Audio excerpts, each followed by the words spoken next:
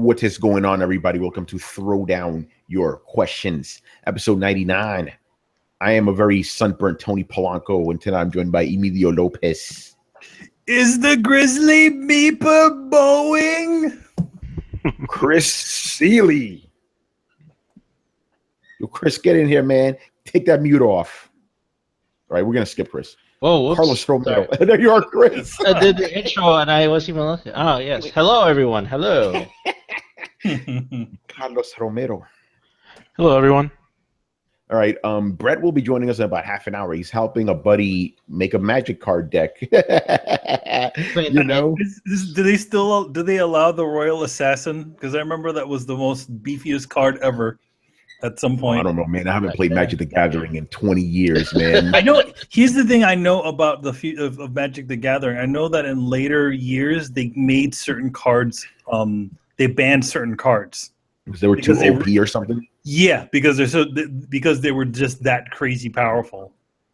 Like, yo, man, you only need one mana, and then there's one card destroys everybody. Yeah, exactly. All right, so a couple of things.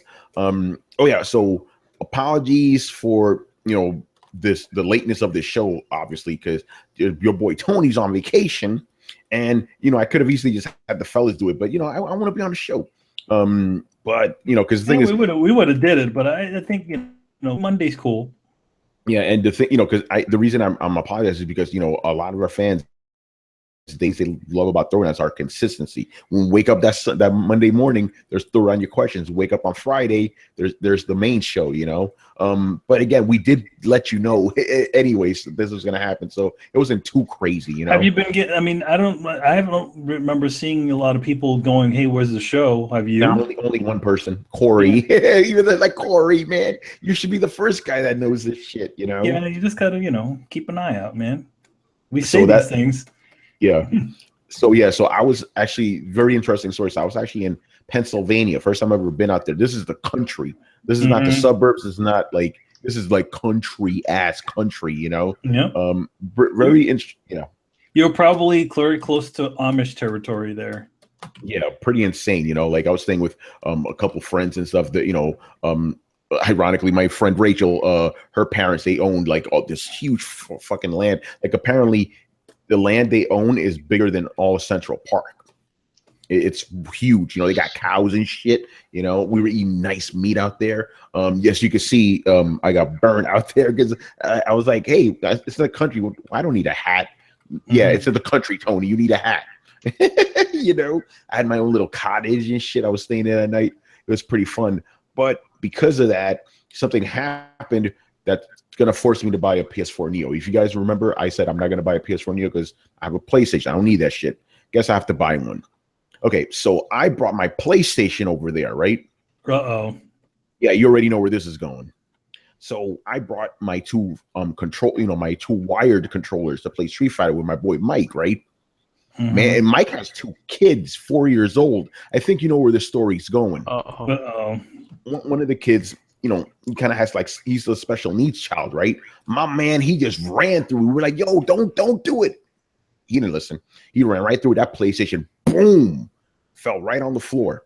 Oh, right? Shit. Like, fuck. So we got it back up and everything was fine, right? And then Mike's mom, she's about to walk through the wires like, yo, don't do that. So she walks over the wires, but I get caught in one of the wires on the back end. Bam, there goes the PlayStation again. Oh, shit. So when we try to, get everything started, it wouldn't read the controllers at all. Like we were trying, it wouldn't read it. So then we plugged in one of the controllers and it was fine. So now my fucking PlayStation doesn't work unless the controllers are plugged in, And even then, sometimes the start button specifically doesn't want to work. So it's like, God damn it, I guess I got to buy a fucking Scorpio now. I mean, not a Scorpio, a Neo now. It's like, shit, man. So hey, listen, all I know is you did the Tony no because you never move your shit from your house. And here's the best part. The last time I moved a console from my house was the Sega Saturn. I brought it to Manny's house. Guess what happened? Dropped the shit. This is why you don't take your consoles out of your home, because people always talk about like, oh, that thing's too heavy. I can't bring it out. It's like, why would you do that? That's why he don't. I bring my PlayStation over to your house once, but I had I made sure I bought one of those crazy ass PlayStation bags with all the padding in them. Yeah. When I brought it, I was all secure and stuff. But yep, I guess I'll be getting the Neo. God damn it! So here's my question to you, Tony. What's up? Why a Neo and not a Slim? If I'm gonna buy a new console, I may as well go all out, right? That's my reasoning. It's like with the PC gaming, it's like I could have easily got a lesser card. Now I'm going to upgrade to a 1070. If I'm going to get a console or a PC, machine, may as well go all out. That's my reasoning. So does that mean you're going to buy a new Xbox as well when that comes out? No, because I have a PC. Oh, understand? Oh, I just heard something. What was that? I just heard some screaming. I could hear it all the way from the Bahamas. Where's he from? Oh, well, the Virgin Islands. The Virgin Islands. There you go. Sorry about that, bro. Yeah. By the way, shout out to Phantom Vash. He's in the chat right now, and he's like Tony's PS4, and he has an emoji with a little halo above it. Yeah. It's not dead. No, I can still use it. I was playing Mega Man, By the way, I forgot to say this because I'm pretty sure I've said this on Throwdown a long time ago. I've never ever beaten a Mega Man game, right? Mm-hmm. Until now. Which one? 2? I'll be Mega Man 2, baby. 2 is the easiest of them, to be honest. And here's the thing, makes it easier, right? Because I didn't cheat or anything, but the PlayStation 4 version, you can make saves whenever you want. Yeah, so there's a save. It's going to get crazy. I'm going to save right here, Mighty Number 9 does not do that. Nope, doesn't do that shit. The minute you run out of lives, it throws you right back in the beginning, and it says, "Hey, do you want to keep playing?" Like I only died in the game once on purpose, because there's this the second to last Wily boss level, right? There's these things in there where you have to shoot the walls with these bombs and stuff to explode them. So what I did was, because you don't have enough shots to actually break all the walls and kill all the laser, but the walls disappear if you die. You know what I mean? So I did that. I only died once. I ended the game with 10 lives. It was hilarious, So now I'm gonna be like, okay, I'm gonna beat all these Mega Man games, except for except Mega Man 1. I do not like Mega Man 1. Mega Man 1 has a weird difficulty spike, especially on Iceman. Like the Iceman stage has those crazy wall things that come out of the wall, and you have to jump on them at a certain time. And also, the control is a little bit fucked up in that game too. Yeah, it's very slidey. It's slippery on. Well, the fact that you're on Iceman's board and you're slippery, but then also the controls aren't reactive enough. I've actually beaten Mega Man 1 and Mega Man 3. I actually never owned Mega Man 2. Actually, Adam owned Mega Man 2. That's why I didn't have it. Did you guys ever play Mega Man 9 when that came out in the last gen? Yeah, I played that. Yeah, I didn't bother because I said after Mega Man 3, and now everybody was saying at the time that Mega Man 3 came out, they were like, "This is the final Mega Man." I'm like, "Yes." And then Mega Man 4 came out, and I said, "No." But yeah, no, Mega Man. Yeah, it's funny because some people actually claim that Mega Man 9 is the best Mega Man game ever, because it took everything that all the other games did and really perfected it. Apparently, I only played the demo of that, and again, it was too freaking brutally hard. But I don't know. I guess since I'm older now, I'm a little bit more skilled too. You know what I mean? I actually played Mega Man 2. I was playing it a little bit tonight. I played it straight. I beat all the 8 bosses without dying and stuff, without using any saves. So doing pretty good with that. But yeah, Mega Man is cool stuff. What else here? Oh yes, Brett's not here yet. I wanted him to hear this, but I'll tell him later. I want to give a shout out to everybody that was happy to have Brett back on the show last week or a couple of days ago, because he was on for a little bit. He didn't stay with us for the full show, but they were pretty happy. That was all the comments "Hey Brett, welcome back," because people love him. That's cool. So yeah, I'll definitely make sure to let him know that when he gets in here. All right, let us get into it. So I'm actually very happy that we had to postpone the show until today, because a juicy thing happened on Sunday out of all days, man. Okay, I'm on vacation, so I wasn't able to fully get it all, but I do have fans that were sending me, shit about what was going on. Xbox lost their fucking minds.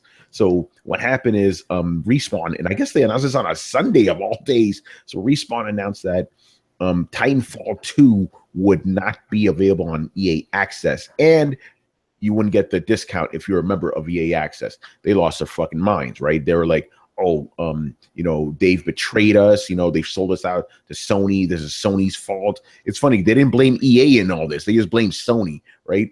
So they were like, we were the first guys that, supported Titanfall. We're the ones that made it what it is. And now you're placating to these PlayStation fans, and they're even complaining that they made the game easier for PlayStation fans, saying that PlayStation fans have no skill compared to Xbox guys. Dumb shit like that. Yeah, so they supported Titanfall enough to make Respawn want to make it multi-plat. Yeah, exactly. By the way, I need to say this real quick. Crap Gamer, makes away with these fucking lies. He goes out there, says that Titanfall sold 10 to 11 million copies. No, it didn't. It sold 4.95 million. That's across Xbox One, Xbox 360, and PC. 11 million? Come on, get out of here. And officially, Xbox, and officially, this Titanfall is the first next-gen version of Titanfall. Yes. It is. Or, well, not people, just the Xbots, the hardcore guys. They're canceling the pre-orders for Titanfall. They said, we've been betrayed. We're not going to deal with this. This is bullshit. Fuck EA. Fuck Respawn. Fuck Sony. I don't understand this reaction. I don't get it. So, all right, I mean, I know EA promised that you'd get early access to games, but they reserve the right to have or not have games as they see fit, right? Yeah. So they decided, for whatever reason, and we don't know, like, it's all assumption and speculation to say that Sony had something to do with them pulling the game off of EA Access. Now, there's 2 out of 3 platforms that EA Access would service, right? It's the Xbox One players and PC players would get this game early. So I heavily doubt that Sony would go to Respawn and say, hey, you can't do that because our customer base cannot access EA Access. So you have to make everything fair and release the game at the same time. That doesn't seem right to me. And if they did that, that decision would have been made long ago. I mean, when's the game coming out? Tomorrow? It's coming out soon, Yeah, I know it's very soon. I thought it was tomorrow or this week. Not for you to verify, but yeah. No, it's not coming out that soon. Oh, okay. All right, I didn't remember. To me. Right near with what you call it, it's scheduled for release on October. That's not October 28th. All right, there you go.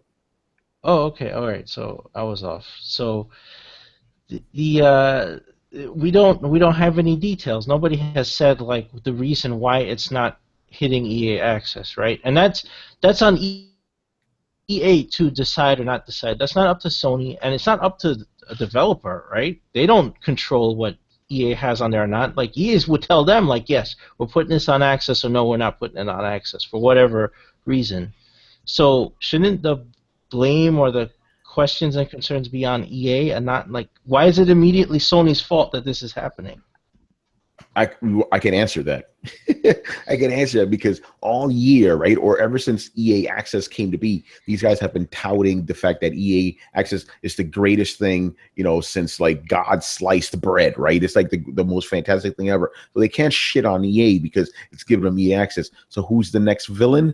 Sony, the perpetual villain for these guys, right? And I'm going to tell you right now exactly what's at the heart of this anger, right? Because a lot of people, they're angry because they lost ammo. They've lost ammo twice. They've lost ammo with the game going to PlayStation, right? They can't say, hey, we're the only ones with Titanfall because Sony has it. That's the first thing, right? Then the next thing they don't have ammo for is that they won't get it early on EA Access. They've lost all ammunition they can use against PlayStation guys because they're still pissed off that the game became multi-plat, right? So that's what it's really all about. I understand the heart of a fanboy. I know how these people work. I've been observing them like a hunter. You know what I mean? I observe the animals in their wild, in their nature and stuff. So that's what's going on here. These motherfuckers lost ammo twice and they're bitter as shit. It is both pathetic and hilarious. Like, I'm seeing these reactions and I'm loving every minute of it. Just these insane old fanboys. And again, I need to say this. It's not Xbox fans. Xbox fans, regular fans, don't give a fuck. They're going to get the game, right? But these crazy idiots who are like touting the Microsoft flag, right? The fill box, all this other bullshit. They're the ones that are pissed off about this. And again, because they lost their ammunition It's fucking crazy, man. Yeah, like what the hell is this? Like they didn't lose the game. That's the most important thing. Yeah. What the hell are they gonna? Yeah. What the hell are they upset about? Like, is this gonna change anything at all? It's just early access. Yeah, they've lost ammo. They've lost ammo. That's what it is. You know, it shouldn't matter. Ammo. It should. If you really care about the game and really care about playing it, why would you cancel your pre-order? I don't agree with pre-ordering games, period. But to cancel your pre-order in some sort of misguided protest of EA access is ridiculous, because you're not paying for the game and now you will further create a problem, because if the game sells better on PS4, which is probably what they're banking on anyway, because PS4 has a bigger customer base. Let's just face facts. PS4 has double the player base that Xbox has. We know that. And if it sells way better or far better on PlayStation, then there's no art. What are you going to say? Like, you now have to do mental gymnastics to make up reasons why this is happening, right? Like, they made the game easier. Again, none of this can be certified. None of this can be is based on any sort of fact. So it's ridiculous. So you cancel pre-order. Why? Like, what does that serve to do, except that you now don't get to play this game? You're only punishing yourself, and then in the end, you're going to make PS4 fans look better, right? Because they're actually supporting the game. Yeah. Yeah. Mm-hmm. And you know what? Even if Sony did somehow do something to get this out of EA access, well, good for them. It's business, man. They're trying to make this the experience the best for PlayStation fans. So, I mean, it's not any different than what Microsoft was doing. Yeah. Or what Sony did before that. So, you know. Yeah, right. Like we're PS fanboys getting mad at Microsoft for buying that game, the first Titanfall. No, that's just a savvy move. Yeah, and Fan of Ash actually points out something very good. He goes, "Yup, it has nothing to do with Sony. Sony had a marketing deal with Battlefront last year, yet Battlefront still released first on Xbox One through early access. Battlefront is made by DICE, who is owned by EA. Come on, man. It's not Sony has nothing to do with this, bro." Mm-hmm. Yeah, but again, they have to blame the eternal villain, Sony. Dumbass fanboys. Oh, you lost your ammo. Too fucking bad. Yeah, and like you said, there's no real reason to cancel your pre-orders. Because again, what Chris said is just like there's no what, do you not want it to do well? They don't. Because that's exactly what you're doing. They want it to sell better on PlayStation. That's what apparently your actions. That's what your actions are telling me. And again, the game's still coming out on Xbox. What the fuck? It's insane, man. So yeah, we I'm glad Daniel asked us that question, because it's just the stupidest fucking thing. Like when you don't think the Xbox fanboys can't get any worse, they do. I can't wait to hear what they're gonna say about the PlayStation meeting. It's gonna be nuts. All right, just moving on here. So I switched the order of things around because I wanted to have that asked first, but technically Final Stage Boss still asked questions first. Just had to throw that out there. He didn't get beaten, but I wanted to throw that one. Still win. You still win. I just wanted to throw that question. Boss. Yes. All right. So he has a very interesting question. Do you prefer Samsung, LG, or Sony TVs? Huh. Interesting. Sony TVs are kind of overpriced, to be honest. Yeah, it just depends on what kind of. Well, now most of the panels are kind of the same. It just depends on if you're getting LED or as opposed to OLED or something like that. Mm-hmm. But it just depends on the operating system, which one you like better. Plasmas aren't really getting made anymore like they used to. I was going to ask you that. They don't make plasmas anymore, right? They don't. Plasma's old tech, and I think it's everything's all LED now, and then they're moving to something else, right, Chris? Oh, LED, right? They're on LED, but the 4K stuff is this very high resolution, very high output LED. But I don't know what's after that. No, they're not doing OLED because there's a I got one. Oh, you did? Not too many of those around because there's a high damage rate on those things. Those like you remember when the PlayStation Vita came out and there was all of them had some sort of error in them. Really? Maybe some sort of because there's some sort of control, like quality control stuff they can't get over. So like a lot of the Vitas were sold with dead pixels and all kinds of other crazy stuff. Is that why they switched? That's part of the reason why they switched out. Well, it's cheaper too. I think that might be the OLED biggest factor. Also, OLEDs have a problem with a specific color spectrum. I think it might be blue. As the years go on, the color of the screen will change because of that. Because that specific color burns at a different rate than the others inside of it. Crazy. I guess it just depends on who's manufacturing it, because I think that's all around, and that's part of the reason why they're not so widely used. Not to mention they're more expensive. Well, yeah, because for example, a lot of the new TVs that come out in CES, like when the trade show for electronics, like a lot of the newer ones are OLEDs.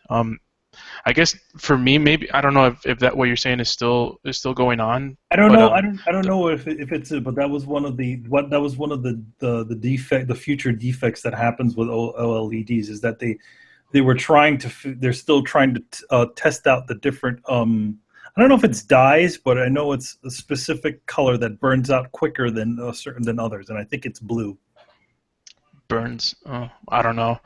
Because burns out sounds like kind of like a plasma kind of thing, but yeah, what it is that each color spectrum, for whatever they're using, for some reason I think it has something to do with that it goes at a certain wavelength, and I remember at the time, even around when Sony started using them, they were saying that. Each of them has different, as time goes on, some of the colors may not be as vibrant as others. And they said that the one that probably goes the quickest, they think it was blue. But I don't know if they might have changed any. It might be totally, they might have totally advanced the tech, but that's part of the reason why it hasn't been used so widely at the time. Yeah. All right, Manny, this is answer the actual question. Manny, what do you prefer? Neither, to be honest. I mean, you know what? I'd go with the Samsung because they're usually cheaper. And it's it's funny. Wait, it was 3 that he mentioned, right? Yeah, LG and Sony. I don't do LG because LG is Gold Star. Okay, explain. Gold Star was the shittiest company out there. Back in the day, you never bought a Gold Star television or a VCR or anything.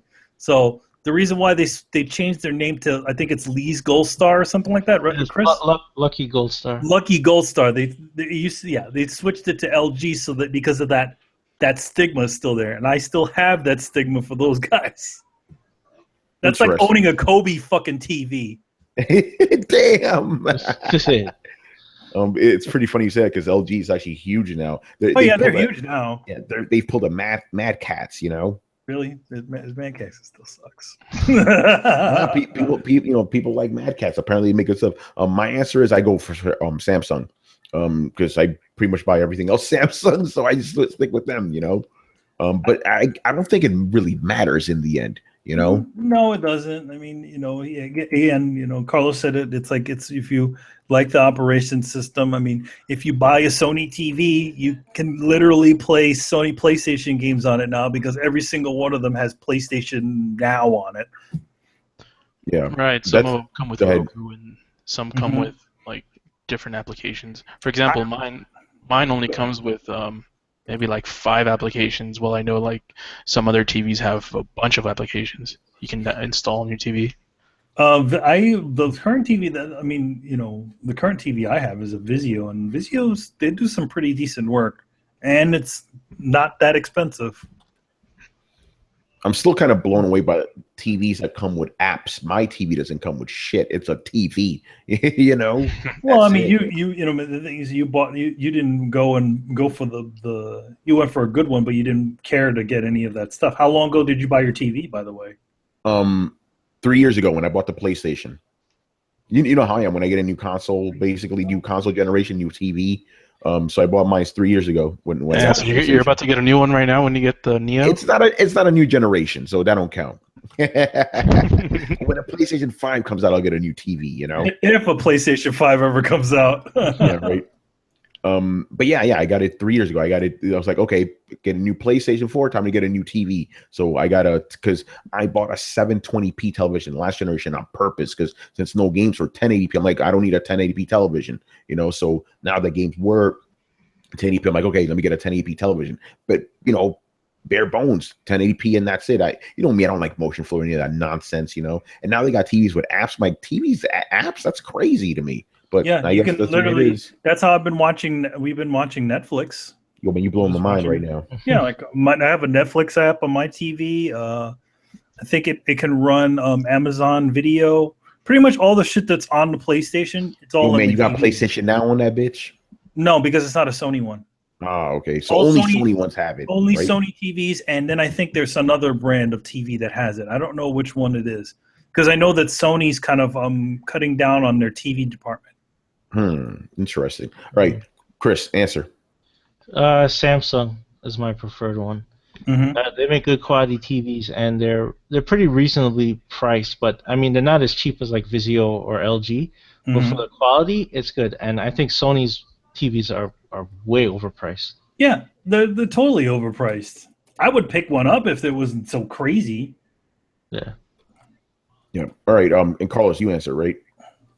LG. It's because it's the one I have, and it's the only one that currently offers OLED. So that's what, and it's freaking amazing, man. The only thing I don't really like about it is it doesn't have as many apps as some other TVs. Like Samsung has a whole bunch of apps. Mine only has maybe 5 or 6 at the moment. Did you? I mean, obviously you connected. I mean, sometimes they have they get apps later on. Yeah. Or ones you can download for it. Yeah, but for example, there's this app called Plex, which is a home theater app where it sort of sorts your media library, and it has this interface where you can watch movies and music, whatever you have in your own repository. And I know Samsung has that, but mine doesn't. And it's I mean, the thing is that there should probably be some sort of media reading service on there. I mean, most everything runs off of the Windows, media server. Well, it's possible. It probably does, but I use Plex exclusively because it has its own media server. I have my own Plex media server dedicated on another PC that transcodes all of the information. Oh, okay. Yeah. All right, so let's move on here. Next question. How would you feel about a Captain Planet live action movie, and would you see it? No, stop it. I used to like Captain Planet back in the day, but that would be a terrible live action movie. Terrible. I never liked it. I never liked that stupid Captain Planet. That was totally one of those dumb gimme shows. The environment. Oh, come on. Man, burn the environment. Now, I'd like Captain Planet. They had those kids and stuff. I thought it was fun. I like that intro, nicely animated. Yeah, because you always hire a Japanese studio to do your intros. They always do a nice job, but then you look at the actual show and you're like, ugh, what happened here? Yeah, it was definitely a really corny show, but I enjoyed it. These kids brought their powers together. This guy comes out, kind of like a weird Voltron, You just like it because LeVar Burton was in it playing Kwame. I didn't even know that. Yeah, LeVar Burton was Kwame, and of course Whoopi Goldberg was Gaia. Oh. Yeah, you didn't know? You didn't recognize her voice in there? Not really. I was a kid. I didn't know. What year was that? At least the early 90s, right? Yeah, I don't remember 1990. That. I want to say 1993. I could actually look that up too. The power of the internet. But yeah, I still say no. Don't do it. Don't do it. It's horrible. That would mean that's also Ted Turner's baby right there. So he would have to be like, we're going to be making a Captain Planet movie. Oh yeah, no, it's a terrible idea. No, don't Because it's so terrible they will do it, but they shouldn't do it. Like, don't take something like Captain Planet or any other hokey thing from the 80s and 90s and said, we're going to make it dark. We're going to make it Batman dark. Yeah, dark Captain Planet. And just don't. Stupid. Yeah, dumb. Carlos, what do you say? I never watched Captain Planet, so I don't really have an opinion on it. So I guess I'll just reside with you guys. So no. Yeah. He's a hero, and he's going to take pollution down to 0. Yes. All right, Captain Planet. Remember the Russian girl? Or, I'm Captain Pollution. Oh, man. All right, last question for Mr. Final Stage Boss. Why did people expect multiplayer in No Man's Sky? Because they said it. Yeah, because Sean Murray was asked on multiple shows if there was going to be multiplayer, if you're going to be able to meet your friends and all this shit. And he said, yes, but the chances of you meeting your friends is very, very tiny. Really, that means there is a chance that you would be able to meet up with people. That means there would have been multiplayer. That's why. He misled people. He flat out lied. Yeah, basically. But here's the thing. Even before he said any of that stuff, right? People assumed the game was going to have multiplayer because they saw, like, 4 spaceships in a row, like, flying with each other. That's already a no. Don't assume gameplay features off a trailer. That's why everybody thought the Order was going to have co-op. They never said that shit. Never once did they say co-op. But you motherfuckers thought that because of the gameplay trailer, To be honest, it would have been nice if the game actually did have co-op. Like, yeah. How awesome would it have been if it was like 4-player co-op? Yeah, exactly. Yeah. Damn it! What's the name of the guy again? Sean Murray? No. From the Order. He always yelled his name. It was always Lafayette. Lafayette. But yeah, that's the answer. Sean Murray lied. There's no other way around it. He lied. The thing is, the thing is, he didn't just lie. He swirly lied about it, right? Like, hey, does this game have multiplayer? Yes. Like, I'm not that's the answer. I think like, no, man. I think the thing about a lot of it is that I think that option, those certain things that he said, I think there were things that they wanted to implement within the game, but either obviously they probably didn't have enough time or whatever. Yeah. But the thing is that you have whenever you're talking about games, especially games are very nebulous as far as things go, especially with something like a No Man's Sky, where it's like, what do you do? I think he really should have been very careful about what he said. Yeah, definitely. Oh, yeah. Is there any other answers to this? They lied. This is all there is to it. Yeah, there's no way around it. I mean, go on YouTube. There's countless videos of people showing basically what that Reddit guy, that original thread where he showed you, these are the claims that Hello Games made and Sean Murray made, and this is what we got, right? And there's videos talking about it, whatever. So just look at that, and this is why people had that misperception. It started people assuming that from the original gameplay trailers, but he flat out said it. He said the universe is so big that you're probably never going to meet any of the people, which people proved wrong by going to the same planet and didn't see anybody. Yeah, and I mean, if anybody would have called him out on it, they would have asked him what's the whole point of this game? It's like to get to the center of the universe. It's like, okay, so what if 2 people finish the game at the same time? Are they going to see each other? No, the friggin' game zooms out and shows you the universe. What? That's the fucking ending of the game, guys. Sorry, spoiler. Oh shit! They give you something. They give you a little bit of something at the end, and then they zoom out to show you the whole universe, and zoom back in and say, "Hey, there's more things you should do." Hey, look, it's Brett. Hey, look, it's Brett. How you doing, man? What's up, man?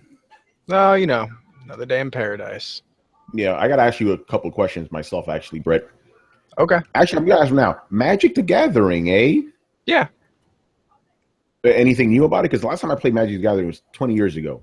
No, I mean, just if y'all haven't gathered, I'm kind of a fucking uber nerd. Like, I play Magic the Gathering. I play tabletop. I play D&D. I love comic books. Like, here's the question we were asking earlier: have they made some of the cards like illegal, like banned certain cards. Oh yeah, yeah. Like cards from certain years are definitely banned, and they've come out with new mechanics that are super confusing. Like the one that I was just like my new deck has this thing called Madness, where when I discard a card, like if I have a card that costs like 5 mana, it'll have a Madness cost of like 3 mana. And the thing is, when I'm discarding a card, if I discard that card with the Madness cost, I can pay that Madness cost as I'm discarding the card and still use the card. So it kind of negates the whole discard a card thing and turns it into an advantage where you can do things cheaply by milling through your hand real fast. My buddy just picked up a thing called Delve, which allows you to, in dramatic circumstances, exile cards from your graveyard, meaning you can't take them back out of your graveyard. You exile them completely from the game in exchange for lowering their mana cost. And it's usually something like destroy a creature. So if you've tapped all your mana and somebody attacks you with a big fucking creature, you can be like, oh shit, sacrifice half your graveyard to destroy their creature.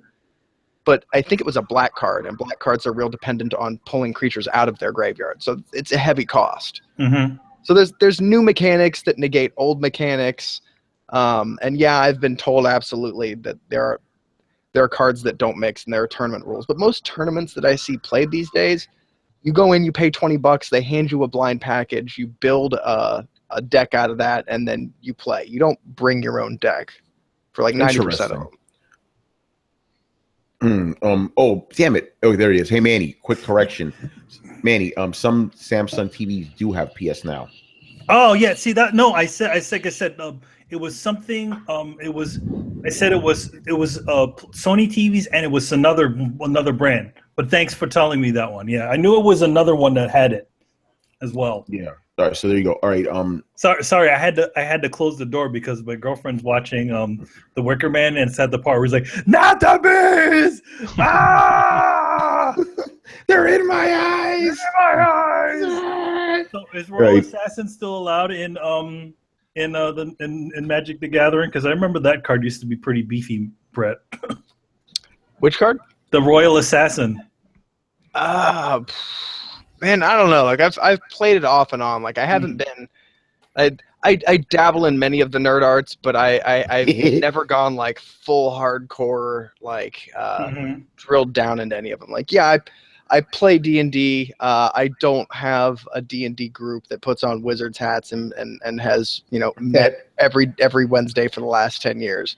I play Magic the Gathering, but yeah, I've got a box of Magic cards somewhere, but for the most part, it's just when someone's like, "Hey, man, I feel like playing Magic," I'll just be like, "All right, I'm gonna spend $12 on a new pack, and we'll just play some stuff." And usually that has a run. Like you'll buy some booster packs, you'll buy a new pack, and that'll die down for a couple of months. And then everybody will get together and be like, "Hey, you know what?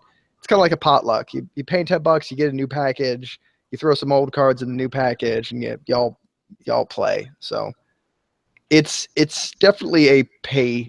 You have to pay to keep playing kind of thing. You can't buy the same deck and play with the same 4 people over and over and over and over again, because eventually everybody learns everybody else's moves and everybody else's cards.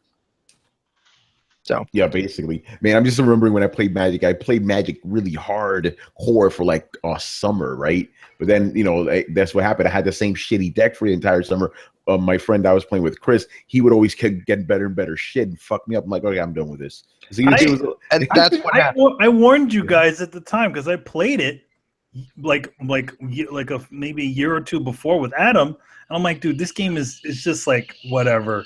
And you're like, nah, man, let's do this shit. And like, no, it's easy to like. That's exactly what happens to everybody. Like you play, and you're like, this is awesome, and you get really hard into it, and then you're like, man, I'm either gonna have to invest a lot of money into this and make some nerdier friends, or like I'm gonna have to just walk away for a while. So most people end up playing it casually like that. Like you pick it up, you leave it a while. Like I guarantee you, Tony, probably if I visited New York again, I could convince you to go down to the corner store, pay $13 for a base deck, and spend a couple nights playing Magic again, and we'd all have a good time. Yeah, and then I'd curse you. It's like, damn it, Brett, you started it all over again. I was really hardcore into Magic the Gathering, man. I'm not even making that shit up. Yeah, no, then you get back into it for a summer, and that's just kind of how it goes. I mean, even the people like it doesn't seem to be built for people like the way that it used to, where you could have hardcore players who have cards that they've collected and spent hundreds of dollars on, because there's nobody that wants to play those people, and there's no official avenues. It's not like they kind of delved away, and I think like Pokemon and Yu-Gi-Oh cards got really bad into like you could build an awesome $5,000 deck and just dominate a tournament.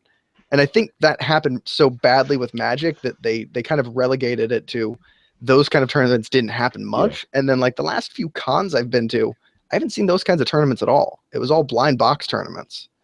That's interesting. I think that seems a little bit more fair, though, doesn't it? I think that's why, because nobody wants to play the asshole who plays Magic professionally and like has a $5,000 deck. Like now, I know that those tournaments exist, but they're generally harder to find.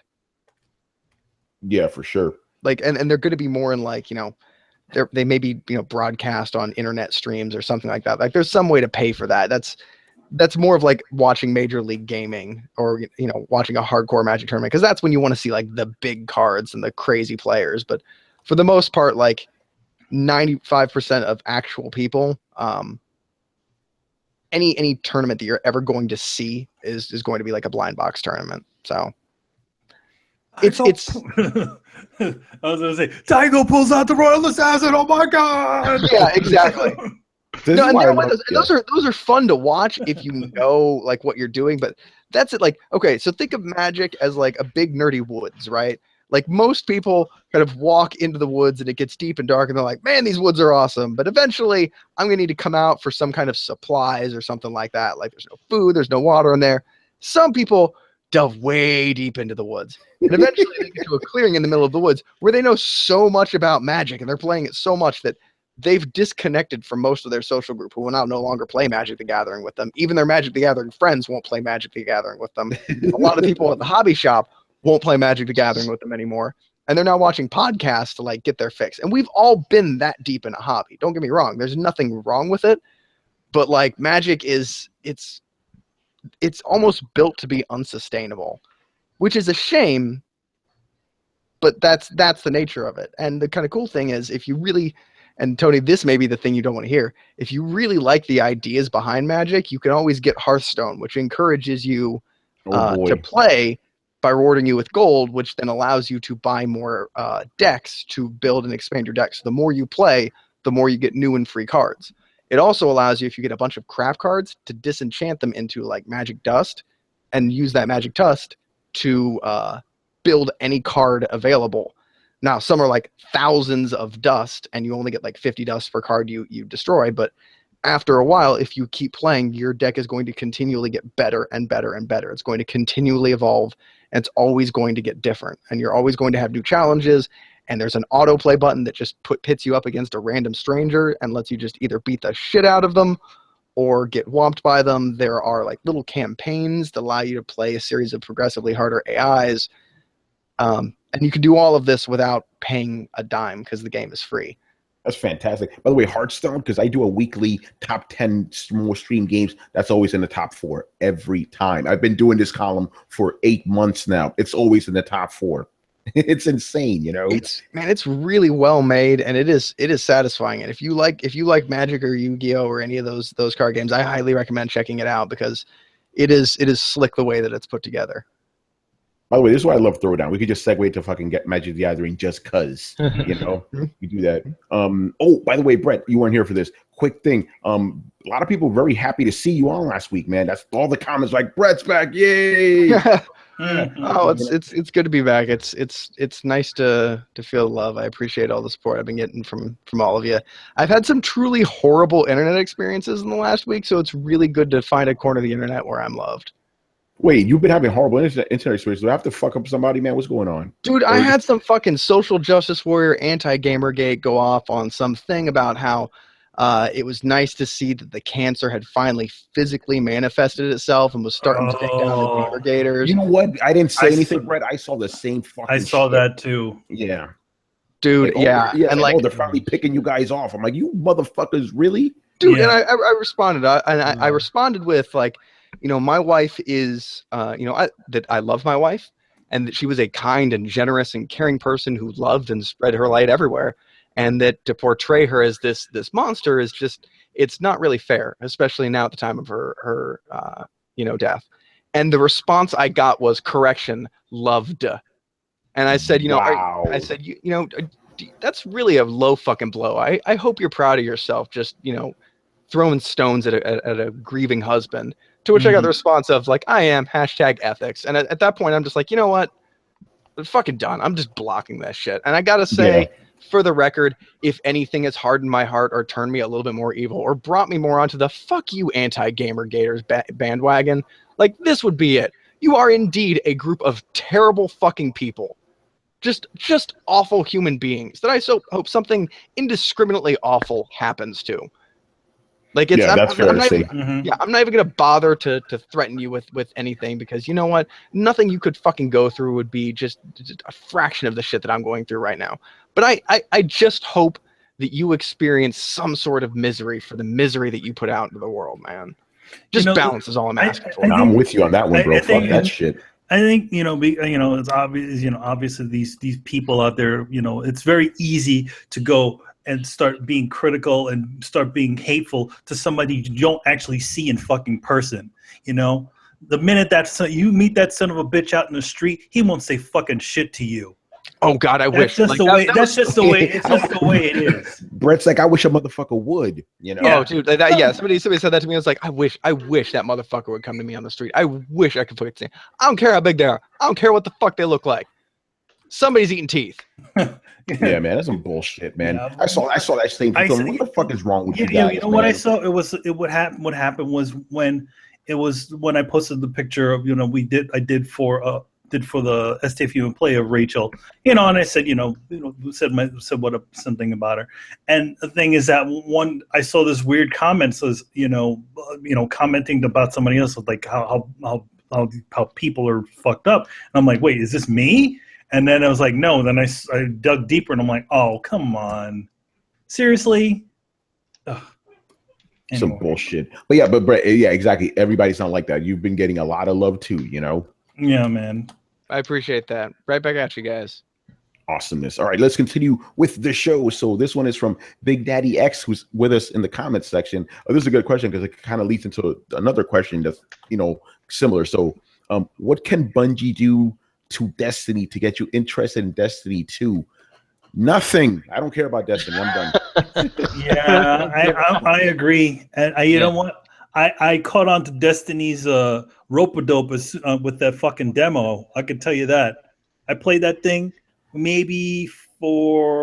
played it quite a bit. And I was like, this game is nothing more than this, isn't it? We're just going to be running around in this fucking... It's a loop. In this loop. And this doesn't seem... I mean, granted, they give you quite a bit of game when that original demo. I'm like, this is probably just it. I got that same feeling during No Man's Sky too. When I started with all the media stuff on that one, I was just like, there's something up with this. Yo, man, your spider sensor's tingling. You got to listen to that sometimes, because then you buy, then you make big mistakes like buying fucking Lords of Shadow. Yeah. Ooh. Oh man. But yeah, again, I don't care about Destiny anymore. Like that first game, that was enough for me. Done. Like, unless they make it, maybe, okay, this is the only way. Unless they make it a proper single player game, no multiplayer at all, then maybe it'll catch my attention. We can actually go out into the vast universe and stuff, explore other planets, not just the shit in our solar system. Maybe, but that's not going to happen. The whole game is built around being multiplayer. Maybe just the complete opposite and make it an MMO.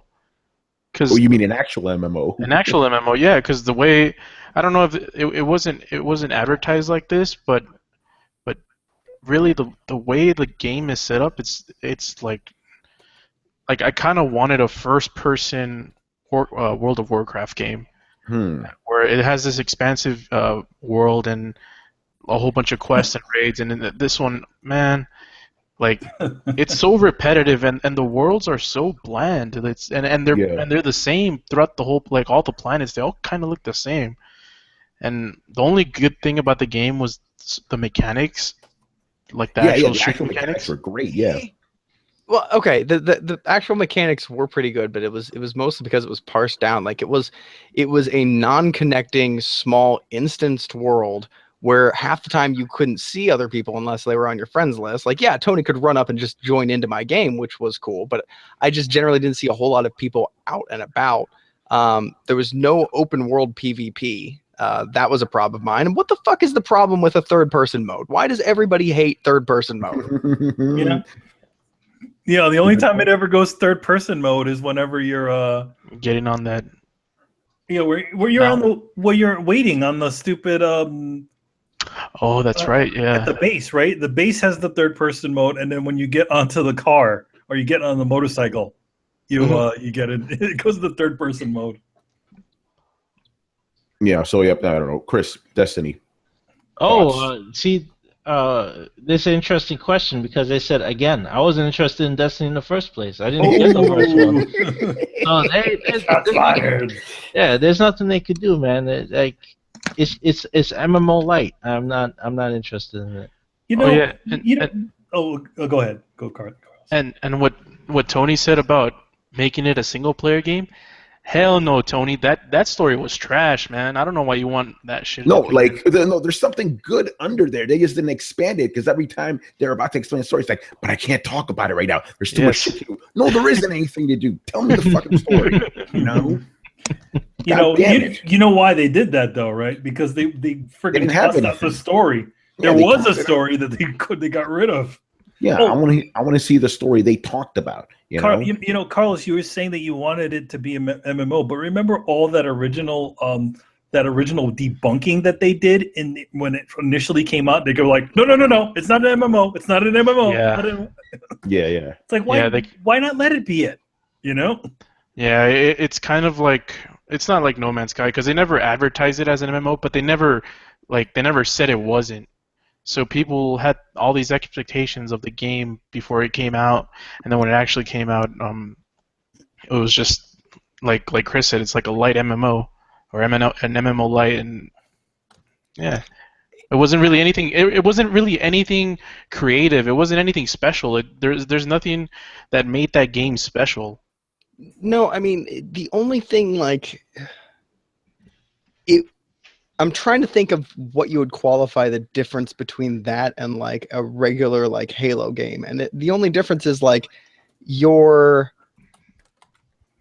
general campaign, like main area, not when you go into like missions or anything like that. You're essentially your lobby. You could see other people and shoot characters or shoot enemies, but then they would almost immediately regenerate like an MMO. But for the most part, like it was still a lot of queuing. It was still a lot of small instance things. Like it dressed like an MMO. It talked like an MMO. It walked like an MMO, but it didn't even have a lot of the things that make an MMO. An MMO? Well, good when an MMO is good. Like it can be bad real easy, but like the idea of like this big progressive world that you're interacting with other people in was kind of illusion, an illusion in Destiny. Like you could walk up and you could group with other people, but it wasn't as rich and vibrant as a fully fledged MMO, at least as they were back in the day. Yeah, it's like when you play an actual MMO, you feel like you're in this huge, expansive world, and you just want to explore it. But Destiny, it's just like these levels. It's just levels that you repeat over and over again, and you're just going through the same shit. Like the levels might be like was it the moon and another planet, but like the difference was pretty minor in the difference between those worlds. So you're just feeling like you're going through the same level over and over again, just with different skins. And they did feel like levels because like they didn't really connect via anything other than a loading screen. The same with the battlegrounds. Like at least in Warcraft, you had the option to like run up to this portal that was the entrance to the battleground, and like feel like you're entering a battleground or entering an arena or something like this. Like even in Destiny, it was menus, or you just go to this point and you enter a loading screen and then you wait. Like it felt very much like PvP does in Halo, or like Gears of War or anything like that. It didn't feel like it did in an MMO. And the thing I personally loved in an MMO is the whole like, hey, look at that guy over there trying to collect 10 berries. Watch me jump on his ass and try and kill him. And then you come leaping out of the bushes, and you just start throwing fireballs at this guy. And you see it run through his head like, I'm just trying to get 9 fucking berries. And you're like, yeah, well, fuck you. You're on the other faction, and I'm an evil skeleton. Like, those were some of my best times. And like, you'd kill him, and they'd run off, and then they'd bring back a couple of friends, and you'd get killed, and you bring back a couple of friends, and you had these random things that happened because it was a living world. Destiny's just painted like a living world. It's not even. One thing I always wanted to do was like you're on that crazy tower, and I'm like, and then you look down, like it looks like it's 1,000,000 feet in the air, and you look down, you see this crazy expansive city. You can't even fucking go in the goddamn city that's below you. Yeah, that's some bullshit. All right. So the next question leading into this one, and my man, Mr. Ferngully asks, why do you think the Destiny community is so big? The game was touted as not lasting long at all. It got low scores, but the community is still really fucking huge. Why is that? Comfort gamers. That's what it is. Mm-hmm. For a lot of people, it's like a chat room.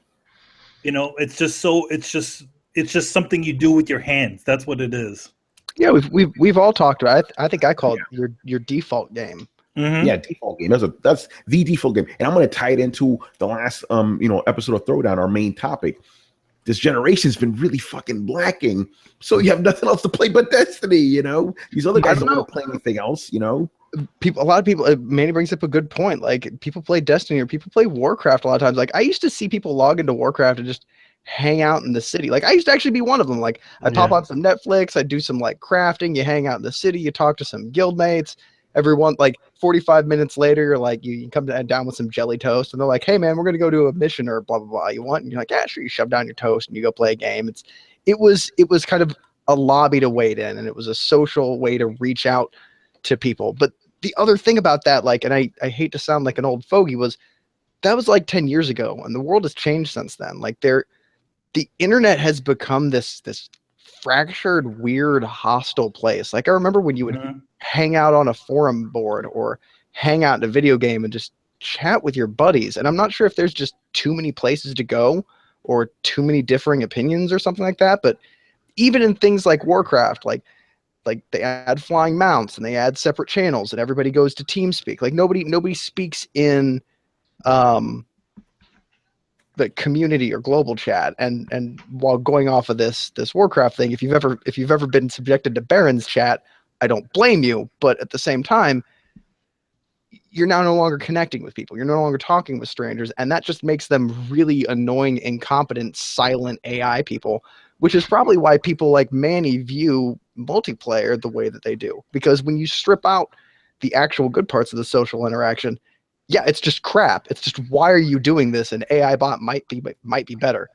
And then you realize that all AI bots suck, and you just, at that point, you're like, just make it a fucking single player. Yeah, that's exactly it. I mean, I'm not the type of game. I'm not like a jerk off gamer. Like if I see somebody see somebody needs help and something like that, I'll help them out.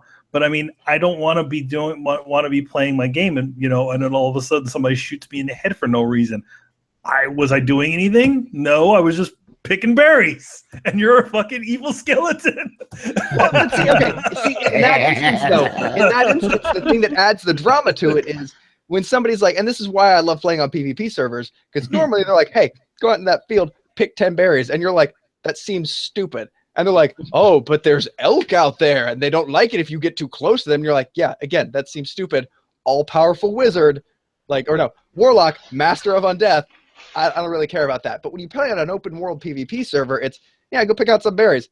Why? What's out there? Like elven archers and shit? Oh, fucking great. So you go out there and like the whole thing is that you're watching out for those guys. So it changes the experience. You know that's out there. That's the whole reason it's exciting. Yes, you definitely if you're going out on a PvP server, yes, definitely you got to know what you're going to be getting into, because there's just going to be somebody out there who's going to be like, blah, you know? Yeah, and you're behind them. And even most good games have like, you know, here's your home server. Okay, you're going into a contested server now. Yes. Mm-hmm. It's like when you're Horde and you're going to Alliance like territory, and you're going to Alliance territory, but like, fuck it, I'm going in. I need to freaking like get something over here, and then you just see people who are like, oh shit, that's Horde, and they'll just fuck you up. You're like, I've got a mission here, I've got a mission here, I've got a mission here, just trying to run like hell. For me, for the multiplayer sorts of things, I like the co-op multiplayer where we're all going towards something. You know, Bloodborne, I have to say, was probably Bloodborne, Gears of War. You know, those types of games are probably I've had the most fun with, because it's just like, yeah, we're going against this shit. Even Resident Evil 5. Did you ever play a true MMO, like a true PC MMO? I never cared for them in general. No. Because I actually get the feeling if there's any kind of multiplayer game that you would like, it would be that kind of game. I also at the same, the other part of it is that I don't want it. I know myself, and I don't want to invest in something like that, because I know I won't get anything done. That is a real concern. The whole look, I'm either gonna suck or I'm gonna like grow a big beard and get big bags under my eyes. You're talking to the guy who spent 3 hours on making his fucking Metal Gear face, right? So I get into that sort of crazy stuff. So that's part of the reason why I don't play Fallout. It's not because I hate Fallout. It's because I know I will go nuts and customize and do everything. I would do like you did. I'd be building fucking fortresses and figuring out how to do different sorts of things, because I know myself. I know I would do it. But building giant fortresses is so fun. I know it's fun, but the thing is that I have work to do. Tough, man. But anyway, Chris, what's your theory about why the Destiny community is still so huge? Well, I agree with what's said. People can latch onto it because there is a community there. It's simpler to get into than any other MMO. Like, people want those type of community games, but they're not going to go get World of Warcraft or jump into because they're too competitive, right? You want a community game, but I'm not going to go play League of Legends because it's too fucking competitive, right? But you get into Destiny, it's way easier, and you could go to a hub place and hang out, and you do raids with a couple people, and it's easy to get into. It's comfortable, and you stick with it. And then it becomes familiar, right? And then you don't want any other experience. It's just that. It's just like a can of Pringles. You just want more. It's just easy, you know. I'd also be interested to see the demographic. Yeah, me too. It has like the Call of Duty effect too. Like, you might like in an MMO, if you're not good enough to like get this thing done, like do a raid or anything, then you're fucked. You need to find the right people to play with. But in like Destiny, if you want to get a raid done, it's just like keep playing, and you'll just get better, like with higher ranks. So it's more accessible in that sense. I think the one thing that I want to kind of stress us to remember is there's, I don't want to say different cultures, but there's different lives that people live. And a lot of them are going to seem really foreign to us, but remember, there is an entire niche, an entire group of people who spend money and are fucking equally as important to video game developers as us. An entire group of people who are homebound, pot-smoking, 16-year-old burnouts. I was one of them at a time, and we played the fuck out of Halo, but there's a certain demographic around 16 to 21 where you have a lot of disposable income, you're hanging out with friends a lot, and let's be honest, you're either stupid or fucked up, like 90% of the time. So you need this kind of casual, beta wave, Call of Duty-ish game. I know I'm borderline insulting here, but like I've been there, and for us it was let's all take shots and play Halo. And I have to imagine, just because I'm 30, doesn't mean that there's not another, living room full of 12, 18 to 22-year-olds that are having that same discussion, that are having that same opinion right now. You know what I'm saying? And they're going to buy. You just described all the people that are keeping GTA 5 at NPDs every month. No, that's exactly what I'm saying. Like they're going to buy 12 fucking copies. And so we can sit there and talk about how it's legitimate or it's highbrow or what are the good reasons or what are the not good reasons. But remember, out of the 5 people in this room that might buy a copy of a game for a good reason, there might be 12 fucking high school age stoners out there with disposable income. And it could be as simple as that. It could be, some games are too complicated. Some games are specifically tailored to enact that Pavlovian beta wave. Fuck it, I'm just going to do this and not really think about anything. It's the same reason a lot of sitcoms aren't too deep. They don't want to make you think too much. Not everything's going to be fucking BoJack Horseman, because if it is, we'd all kill ourselves.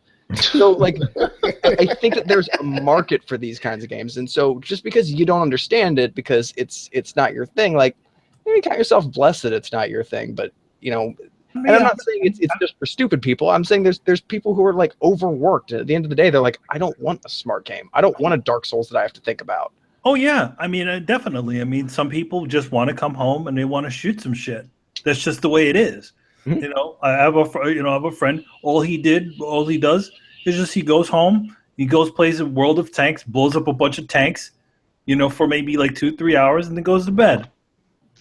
It's the way it is, By the way, that age range, 16 to 21, that was the time when we were hardcore into fighting games. What we do every day after school, we play fucking Street Fighter Alpha, all fucking day for years. And let me put that into perspective for you, Tony.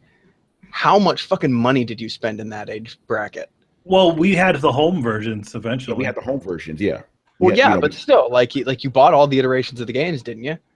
Yeah, basically, I bought every single version of Street Fighter, all that shit. Yeah, it was a good amount of money. Not as much as these kids are spending now, obviously, but it was, it was at least 2 or 3 games of that type a year, and we'd play all that. I'm not even talking about the other ones. We spent a lot of money, But yeah, so I guess I'm glad you brought it up that way, because you're right.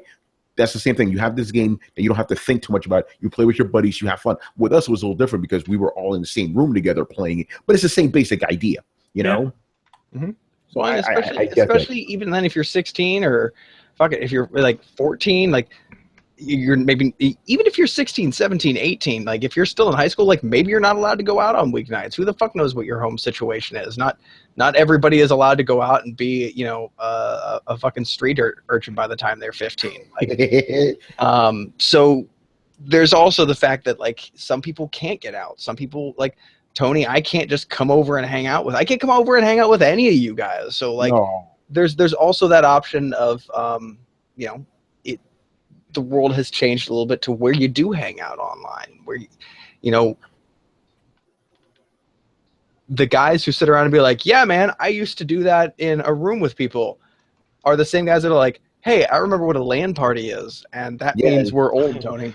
Yes, of course. By the way, I'm glad you bring that up because, as I said at the top of the show, I was in the country, over the weekend, right? Dude, if you want to drive anywhere, it's miles and miles and miles. You ain't going to be hanging out every fucking night. You're going to be online with your buddies, So it makes sense. You got to look outside yourself to try to understand these other communities that are going on. Destiny may not be for us, but for other people, it's just the right thing, Mm-hmm. And we don't need to understand it. We just have to just accept it, I guess. That community is big enough alone to make it thrive. Do well. Yeah. Think about it like this, right? Okay, I remember this. I had this conversation with my friend years ago when Britney Spears was big, right?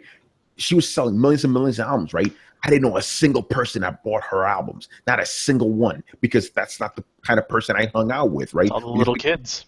Yeah, exactly. It's a totally different thing. Just because you don't participate in it doesn't mean it doesn't exist, and it isn't fucking huge. Look at this shit.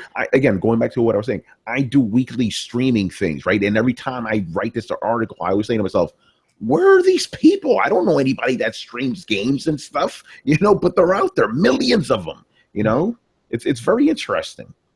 Anyway, so let's move on here. Next question by Mr. Ferngully. Are the DC movies finally poised to give Marvel movies a run for their money? Hold on, I got a sound effect for you, brother. Here it is. Okay, I was about to be like, did I miss some really like important news or a really cool trailer or something like that? Because how is this question being asked? I need hold on, just again, it needs to be done. It's probably based off of the fact that Suicide Squad is doing quite well right now, but that's just one movie. One movie that it is actually, yeah, it did. The movie actually like is doing better than they like. Okay, here's the funny thing. Very interesting thing about Suicide Squad. So they said originally it was supposed to make 708 to 800 million to be successful. Then they said, oh no, it only needed to make 600 million, and now suddenly it's very, very successful. You know, how much did it cost to make? Here's the thing: 130 million to make, and then the rest of it was fucking advertising. Wow. Yeah, that's same thing. It's the same thing that they did with Superman. Yeah. So here's the thing. Okay, in terms of quality, no. What does DC have? They have Man of Steel. That was a good movie. Batman vs Superman was complete trash, and Suicide Squad was a better attempt. And compare that to Marvel Studios movies. But here's the thing. He just said Marvel movies. We can't throw shit like Deadpool into this mix. By the way. Mm-hmm. So no, they're DC and touching Marvel. Yeah, I'm pretty sure it's just MCU he's referring to.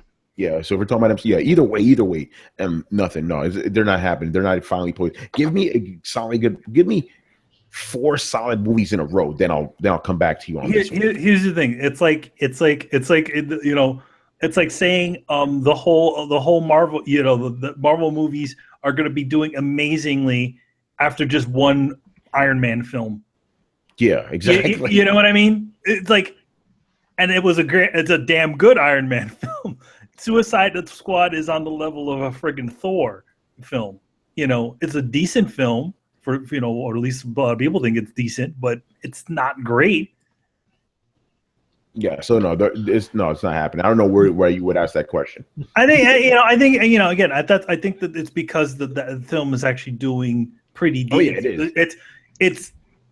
It's doing better than what Batman and Superman is doing, and it's doing it consistently. Yeah, and audiences in general do seem to like the movie. Yeah. I think that's the other thing. But in terms of not bad for a movie that was written in like a week, right? Yeah, right. Oh man. All right. Anybody else want to say anything else on this, or before we move on? Yeah, at least 2 good movies. Like, let's start with 2, man. Okay, yeah, you know what? See, that's why I like Carlos, man. He's very fair about this because I'm like 4 movies. I'm asking for 4, you know. So we have 2. You'll give me a little bit of hope, but I want 4. Well, I mean, you know, I would say, you know what? I would go in between 3. Oh, because that's how Marvel had it. That is true because think about this. Actually, 4. They had 4. They had a good Iron Man film. They had a decent Hulk film, a decent Captain America film, and a decent Thor film. So 4 films that did well. They also had Iron Man 2 in the middle of that. Just throwing. They had Iron Man 2 in there. I would take 1. 2 was kind of mid. Damn, Brett, that's really pessimistic. You need to give at least 1 movie.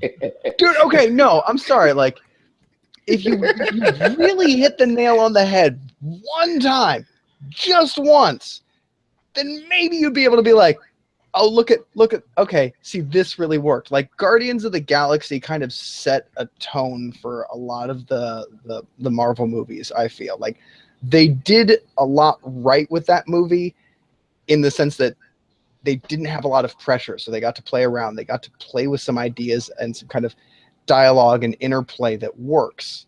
And then they got to take some of that same kind of bantery interplay and apply it to some of the Avengers stuff.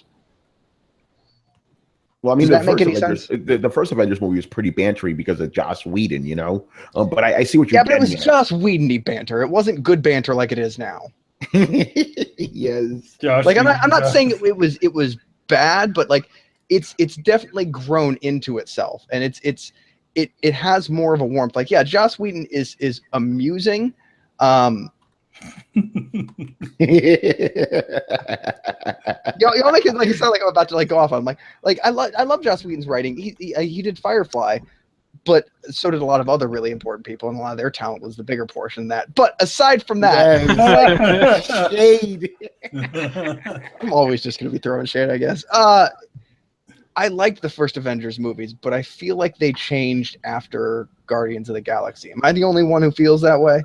Well, there was definitely a shift in like superhero movies in general. Because here's the funny thing about Marvel, right? Like they were already doing really, really well, and then Guardians of the Galaxy took them to a whole other level. You know, a whole other galaxy. To be honest, I mean, you can't get away. We can't say that Captain America didn't change things, man. Captain America 2? Winter Soldier. Oh yes, it did. Yeah. You know? Yeah. So I mean, it's a combination. It's like Captain America, Winter Soldier, and Guardians. I think probably changed. I agree with that. But here's the thing about Guardians of the Galaxy, right? That's the movie that should not have worked.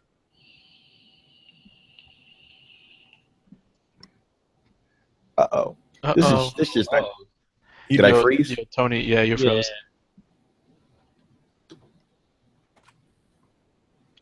Am I still frozen? No, you're good now. All right. I guess I'll say slow because when I get animated, things go crazy. Moving too much. I don't even know what the fuck I was saying anymore. Anyway, Yeah. Huh? What happened?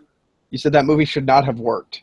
Yeah, it shouldn't have worked. And after it did work, it proved that Marvel knows what the fuck they're doing. You know, it really changed. Uh-oh. You know, I think he was saying it really changed things. I'm going to just talk over Tony since he's freezing. You may as well. What the fuck is it? When I'm trying to bring my actual point, the computer's like, no, you're not going to make it. Well, while I agree with that, like, and I agree with Winter Soldier too, but I think the thing that Marvel has that DC is lacking is kind of a humanizing factor, a kind of a warmth or a jovialism that balances out the just ridiculous, overpowered, disbelievable nature of a superhero movie. Like it's Spider-Man's quips in this last Captain America that kind of bring it down a little bit, make it amusing and make it, I don't know, better. It's the lightness helps contrast the darkness, and I really feel like it was Guardians of the Galaxy that they felt nobody really cared enough about, that they could just have these characters like Rocket Raccoon just be almost anti-hero unlikable. Like a lot of people in that movie are just like, they have a facet, they're kind of broken but lovable. None of them are really trying to be perfect, and they all have this kind of rivalry-based kind of banter. And I think that then translated into the further Avengers movies, and I think that's what makes the characters lovable. And I think a lovable character is what helps serialize these movies. And I think that's the thing that DC is missing. Like, nobody's funny. Nobody's ever funny in these fucking movies. Everybody hates my rant. They're just leaving. No, I mean, well, with the DC movies, the first thing they need to get right is this actual story. Even, like, they might not have lovable or redeemable characters in their stories, but, like, the whole plot, all the plots in the DC movies so far have not been any good. So I don't think that matters if you care about the characters, though. Like, I won't say like that Guardians of the Galaxy had like a great plot that was, you know, held together very well. It just seemed like a lot of things happening to a group of characters, and if you care about the characters, you can make that work. It's one of the fundamental things. Like, you can tell a story about an idea, you can tell a story about something that happened, or you can tell a story about, you know, interpersonal relationships and people. Yeah, I would agree with that, except that going into MCU, comic book fans know Guardians of the Galaxy, right? But the Guardians of the Galaxy we know were not nearly as good as what we got on the screen, right? And DC has the advantage where they have 75 years of character development behind the characters they put on the screen for us, right? It's the storytelling, the plot. I think that Carlos hit it. That's bad. Zack Snyder does not know how to tell a good story. He doesn't know how to do pacing. He doesn't know how to connect things. And what we got is this disjointed mess that was Batman v Superman, right? And okay, but I'm not trying to interrupt you here, but I'm absolutely going to interrupt here to ask you: did you think the first Avengers plotline was really that solid? Well, yeah, it was a solid movie. I didn't think there was anything wrong. I mean, if you're like, well, space whales, so I have a problem with this or whatever. I mean, we're talking about in the Infinity Gauntlet, and if you're a comic book fan, the Infinity Gauntlet is capable of anything. So if you're talking anything is possible with these gems, then nothing is off the table, right? No, it just seemed very Joss Whedon-y the whole way. Like, oh, let's make a movie about Loki, and then alien marine army and space whales, and you're like, what the fuck does any of this have to do with Loki? Oh, they joined up with Loki. You're like, okay, well that's like fucking tenuous and convenient at best. Wasn't the Ultimates just that, Tony? Basically, but the real plot of Avengers was, Thanos wanted to conquer Earth, and he was going to use Loki to do it. He promised Loki the Earth itself, and then that backfired on him. That's the plot of Avengers. Well, yeah, that's what I'm saying. It's a very simple plot. Yeah, it is simple. By the way, I the shade at Joss Whedon tonight is hilarious to me. But I do need to say this because Brett brought up a good point. You don't actually need a movie with a strong plot in order to be classic. Think about this. Empire Strikes Back, one of the greatest movies of all time. What's the plot of that? There is no plot. It's all over the place. There is no plot, but it has great character moments, and that's all people care about.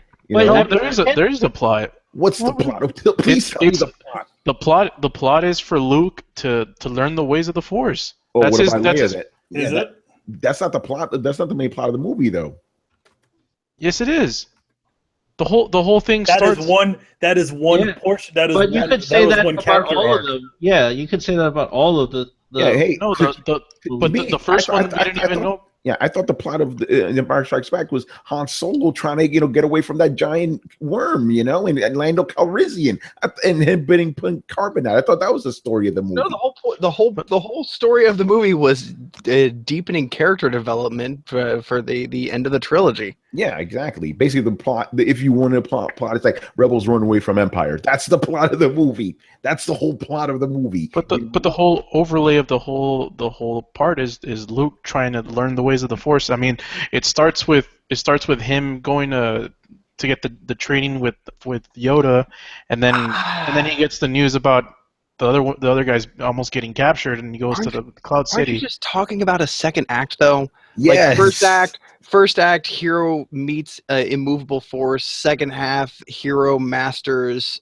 some skill that allows them to challenge said immovable force. And act 3, hero defeats immovable force. Like it's the classic 3-act structure, and you're just talking about like the second act. That could go for literally any second movie in a trilogy, couldn't it? X learning to use blank to defeat blank. But it's still a plot. No, it is still a plot. It's just not a strong plot. And I think that what Tony's arguing is that a lot of times a very simple, sometimes even non-existent plot is carried by strong character development. Yeah, okay, but think about it like this. Everybody loves the first Independence Day, right? What's the plot? That aliens invade. That's literally the plot. You don't need much, No, but so let's get back to what the original argument started with. So I'm not saying it has this complex plot. It is pretty simple. It's like it uses a lot of archetypes to describe the whole story, but what Tony said, it has no plot. Yeah, not a strong central one. It doesn't, because the Luke thing is just one aspect of it. You can. It's a simple plot with lovable characters. In contrast, fucking Batman. Like let's look at Batman. Not even Batman versus Superman, just the Bane Batman. Like an incredibly convoluted, ridiculous, weird plot with a bunch of characters that nobody really likes. Brad, you're telling me you didn't like the movie? You didn't like me? Austrian crabman! And his nefarious plans! Whose idea was it for me to talk like a pumpkin's ass? That's just bad character design. What is that thing even hooked up to? Really bad. It keeps me breathing somehow. There's nothing hooked up to it. It's hooked to my back where my air tanks are within my body. Yeah, like it's this. You look at this, and I'm sorry. Like anybody who knows anything about design or engineering is gonna be like, the fuck is all this bullshit here? Like I'm surprised when they put in the sketches that somebody's boss didn't be like, what the fuck is it? Like I'm surprised. Maybe I'll let you do that shit. You'd like hand in like a character design, be like, what's this weird fucking helmet thing that he's wearing? Like, oh, well, it's his like rebreather thing. Like, and it's supposed to have like a tank or a hose or. Well, yeah. No movie Bane has gotten it right. You know. Sure. Well, the other one actually looked like him, but he was just horrible. He was literally a wind-up toy. Yeah.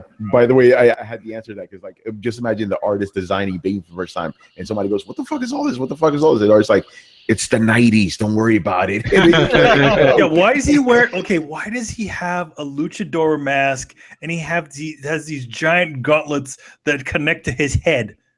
No, I don't know. Looks my cool. favorite thing is somebody was like, "Why does he have a luchador mask?" And that person went, "Because he's from Spain." And somebody went, "Oh, okay." And nobody realized what an idiot conversation that was. No, he's from not some like random Hispanic country that doesn't exist. No. Oh, by the way, they whitewashed Bane and nobody said anything. He's supposed to be like, "Yo soy Bane, yo quiero tacos." Well, he wasn't like Hispanic. He was from Spain, as in European. I thought he was like Hispanic, like from a Latin American country. Which was the whole ridiculous reason that he was wearing a luchador mask because he's fucking European. Yeah, luchadors are from Mexico. Yeah, they're from Mexico. Yeah, but still, he should have been like Rico Suave. Yeah, no, sorry. His accident. You're soy Bane. Is Spanish? Like he sounds more like European when he's correctly voiced. So like to make him sound Austrian was actually closer than if they had made him sound like Hispanic. But that was the thing that always got me like what language he was. What thing he was. So if he was Spanish, he would have had a lisp then. Oh yeah, that's true. Yeah, because the Spanish people have lisps. Yeah, he should have had a lisp. I think we you're call soy, you're soy Bane. Yeah, he would have sounded gay. You're soy Bane. Oh, man. Okay, let's move on. Next question here. Last question from Mr. Ferngully. Are people still excited about the Xbox One S? I'm sorry, it's just a funny question to me. It's a trap question, man. You know that's why I love it. It's a trap. It's a trap. Well, I mean, from my point of view, I don't see any more excitement. Like it came and then nobody cared. Like they had another console out, the 500 gigabyte one. Nothing. Nobody gave a shit. It's a slim console. It's like what's there to get excited about other than it's just going to be smaller? It's white. When the first one launched, the 2 terabyte one, it was like and now it's like. Yeah, and the same thing's going to happen to the PS4 one when it comes out. Yeah, no one's going to care, Yeah. The thing is, it's like, yes, it's just, here's the thing. Why are we even getting excited over a slim console? We didn't get excited over the slim consoles before, just like, oh, hey, they're redesigning it. Next. Well, you know what it is, though. These Xbox guys, they need something, man. They need something to help them win the console war. Okay, let's be fair, though. The Xbox One S is an improvement spec-wise over the base console, isn't it? Yeah, it is. So, I mean, it's not just a slim console. It's an upgrade that makes it more competition against the PlayStation. Technically, even if you don't see any actual returns, even if you don't see people programming games to a higher specification because they're afraid to exclude their base market, on paper it still closes the gap a little bit. And for a group of people that have been talking about, we chose a console based on that gap, like that should be a little important in fairness, shouldn't it? Yeah, I mean, I understand why it's important, but at the same time, I think people are making it seem like it's the greatest thing ever. That's a little ridiculous to me. It's definitely better than look at me. I'm being reasonable all of a sudden. It's definitely better than any other slim version we've seen before. Like I would be way more excited to be like, oh yeah, it's slimmed down, it's re-engineered, and it's a little bit better. It runs faster, it runs smoother. It's just all around a smaller, better machine. Like, yeah, I'd be way more excited than half the time when they make a slim machine and it's just kind of made of cheaper materials and cut down. Like, usually it's not an upgrade to cut down to a slim machine. This time it is. So I can see why people are excited about it. I remember when people were excited about a redesign of an Xbox last generation. Yeah. Because those later ones, they were much better than those first few. Oh, by the way, just a little correction here because I love the power of Wikipedia. So Bane is from a country because DC makes up countries, right? Yeah, I was looking this up. His father was an English mercenary. His mother was South American. Yeah, so Santa Prisca is a small island located north of Mexico, apparently. So there you go. Remember, how is that possible? Wait, DC Comics. We're north of Mexico. Where's the islands? Well, that's what it says. In northern Mexico, there's an island. I don't know. It's DC. If you guys remember, they did a crossover called the JLA versus Justice League. Or it's Justice League versus Avengers, right? And when the Avengers go into the Justice League world, DC universe, they're like, "Whoa, this Earth is way bigger than the one we're from," because they have so much more land masses and shit. Yeah. It's crazy. Like, wait, there's two big cities next to New York because Gotham and Metropolis are not that far from New York. Yeah, In exactly. the DC universe, at least the way they did it as of late. Yeah, it's pretty nutty. All right, so let's move on here. Mr. Killax 214. All right, just like Kingsglaive is a tie-in movie to Final Fantasy 15, what game will you like to see have a CG tie-in movie when it releases? Well, Gravity Rush is getting one actually. Well, it's not CG though. It's a hand drawn. Nice, even better. I'd like to see a Gears of War 4 bridge movie. Mm-hmm. That'd be cool. I'd like to see another Halo one. Yes. I thought all the Halo films were actually really good. Well, they did a live action one, and they did a normal, like a cartoon one, like a CG one too. What about The Last Guardian? That would be cool too. I'm cool with that. An animated one? Is Kingsglaive the reason why people have been saying that Final Fantasy hates gamers lately? Explain. What? I didn't know that. I don't know. I've heard a lot of people really upset. Like, why does Final Fantasy hate gamers? Like, as something about the Final Fantasy movie, and I was like, they're talking about Spirits Within. I mean, that was bullshit, but Advent Children kind of made up for it. I hadn't heard of Kingsglaive, and holy shit, it's got 7% on Rotten Tomatoes. Oh, damn! Batman vs Superman is better. Shit. Let's see. Hold on. Let me give you. What's up? What's wrong with Kingsglaive? It's IMDb is giving it a 7 out of 10. Rotten Tomatoes is giving it 7%, and Metacritic has it at 35%. Well, Metacritic did give it better, I guess, but damn, that's terrible. What happened? You know what I think it really is, what it is, because it's just it's that kind of overly baked Final Fantasy story kind of condensed into a friggin' movie. It doesn't work. Is it supposed to be a prequel to the whole game that's coming out? Yeah, it is a prequel to the whole game, but I hear that Kingsglaive thing has a really overly simple story, but it's also made stupidly complicated, kind of like what happens to a lot of Japanese films. Yeah, it's what I call why do they fight? What? Why do they fight? Okay, if you ever watch a lot of animes, that are out there, right? A lot of the older ones kind of go to that one bit of plot point of why did they fight. So it's a movie about people fighting, but for some reason, the question has to be asked: why do they fight, to try to give it this bigger meaning other than two people wanting to beat the shit out of each other. Yeah. So that's what happens to a lot of their films, where it's like it's this simple story. It's like it's a love story. They love each other, but they're werewolves from the planet Xeon. It's like what? And she's a reincarnation of Juliet. What? This is in the game. What is this, Robin? So anyway, what other upcoming games do you want to see have CG movies? I would like to see a Deus Ex one. Ooh. I like, especially with the way Squared does those cinematics. Like their fucking company's really good. Like they're the best guys out there. Other than Blizzard, Manny. Oh, and Blizzard.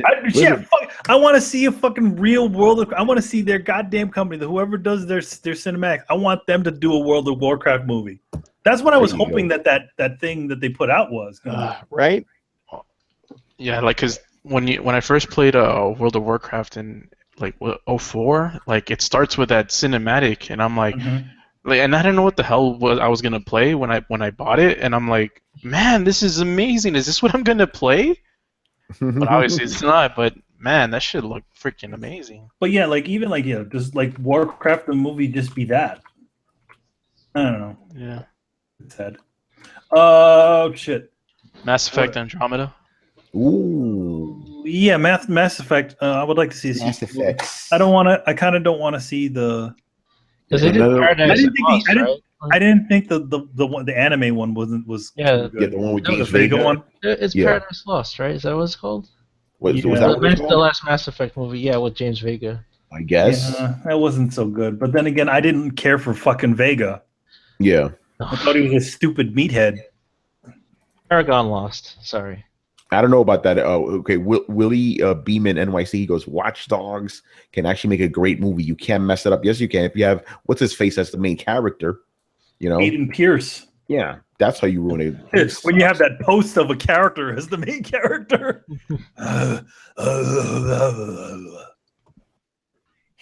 Aiden Pierce is like a leftover from like the last generation of heroes. Yeah, exactly. Like mid generation of last generation. Where everybody, where everybody said like, oh god. But then again, you listen to freaking the dude from Deus Ex, and he's okay. Yeah, it's the same thing. Yeah. I hated his voice too. All right. Any other answers here? Yeah. Street Fighter, but not CG. All right.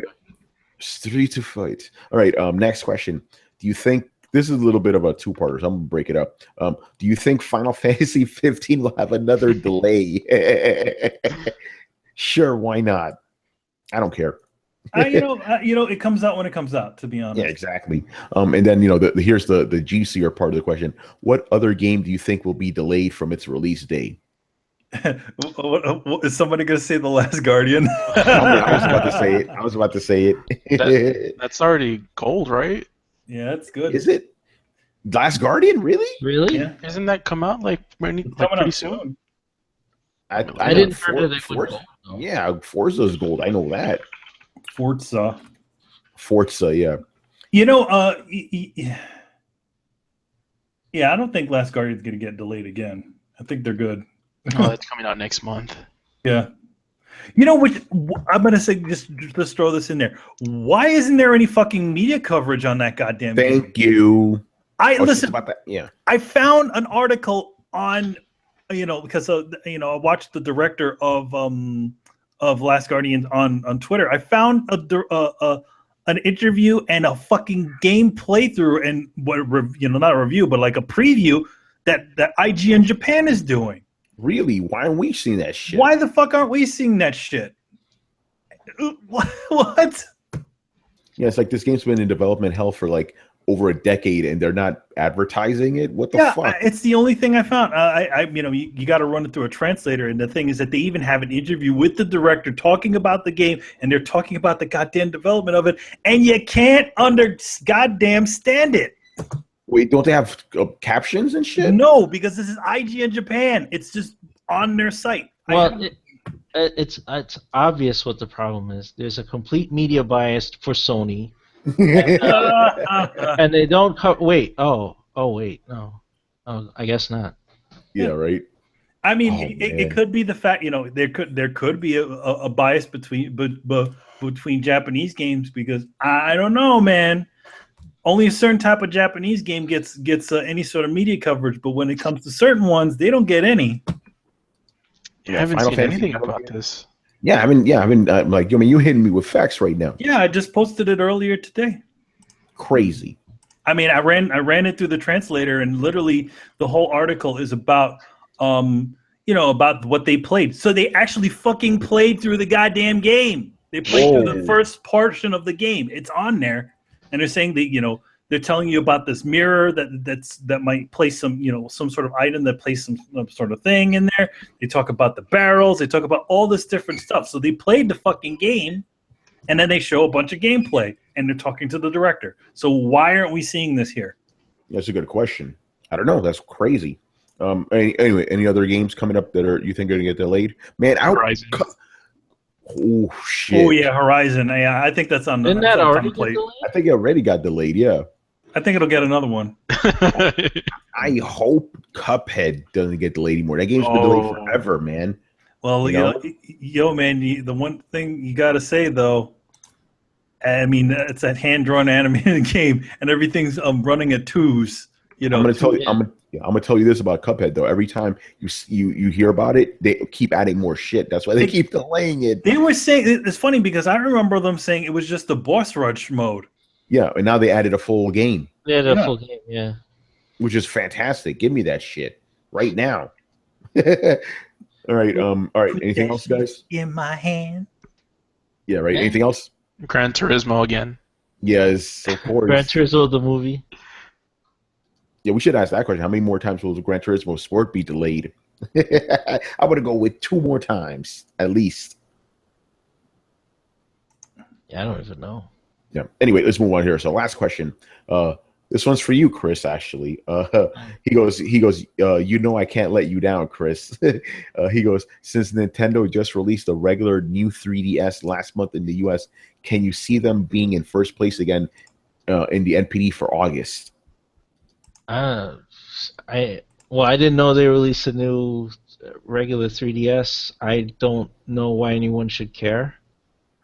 So no, like I don't see them being in NPDs in the foreseeable future. I mean, we talked about the direct they just had last week. We talked about that on the last Throwdown. They really didn't announce anything that was like, wow, you have to have this. Like there was none of that. It was boring, and there was a lot of ports to 3DS. So if you're all about ports, have at it. But there's nothing there.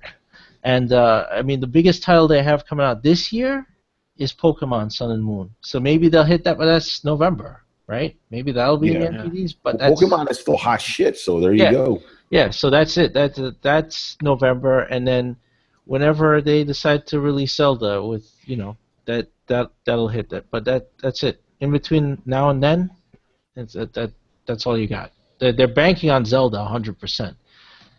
And that's a bad move. But we'll see what happens in the spring. Oh, there you have it. All right. Last couple questions here. Mr. Fanavash, I moved him up in the order too because his last question is one that's going to tie into the next episode of Throwdown. So I saved that for last. So first up, if you could watch only one new film in 2017, what would you choose? Very tricky question. I don't think I understand the question. Yeah. Basically, there's one movie from. Okay, if you could only watch one movie that's coming out in 2017, what would it be? Oh, it's a pretty easy question. Okay, simple question, hard to answer. Let me look up the movies that are coming out to 2017. Because Oh no, Infinity Wars doesn't come out next year. Okay, here's the list. Let's see what catches my eye here. Oh, Monster Trucks is getting a film. That's going to be. Oh shit! Okay, I need to say this. They're actually monsters, by the way. They're like these weird octopus things. Oh, I saw the trailer. Yeah. Okay, why do we? Okay, I need to throw it out there because I love the first movie, right? Why do we need another XXX movie? We have Fast and Furious movies now. We don't need XXX. Yeah, that's true. And wasn't Vin Diesel's character dead in the second one? So how does he return in this one? Who knows? I already know which one. Yeah. Are they going to dust off DMX to do a new song for it instead of using it in Deadpool? Yeah. Hey Chris, they got a new Resident Evil movie coming out. Oh my God! I saw the trailer for that. Oh, that's horrible. Yeah, it'll be, just summer movie, good, bad. It's good. Oh shit! Bad. Yo, they got John Wick 2 coming. John Wick 2 is coming out next year. Yeah, Keanu Reeves has been posting about that one. All right, that's been talked about for a while. I linked you guys to all the movies that are coming out. Batman, the Lego Movie 2.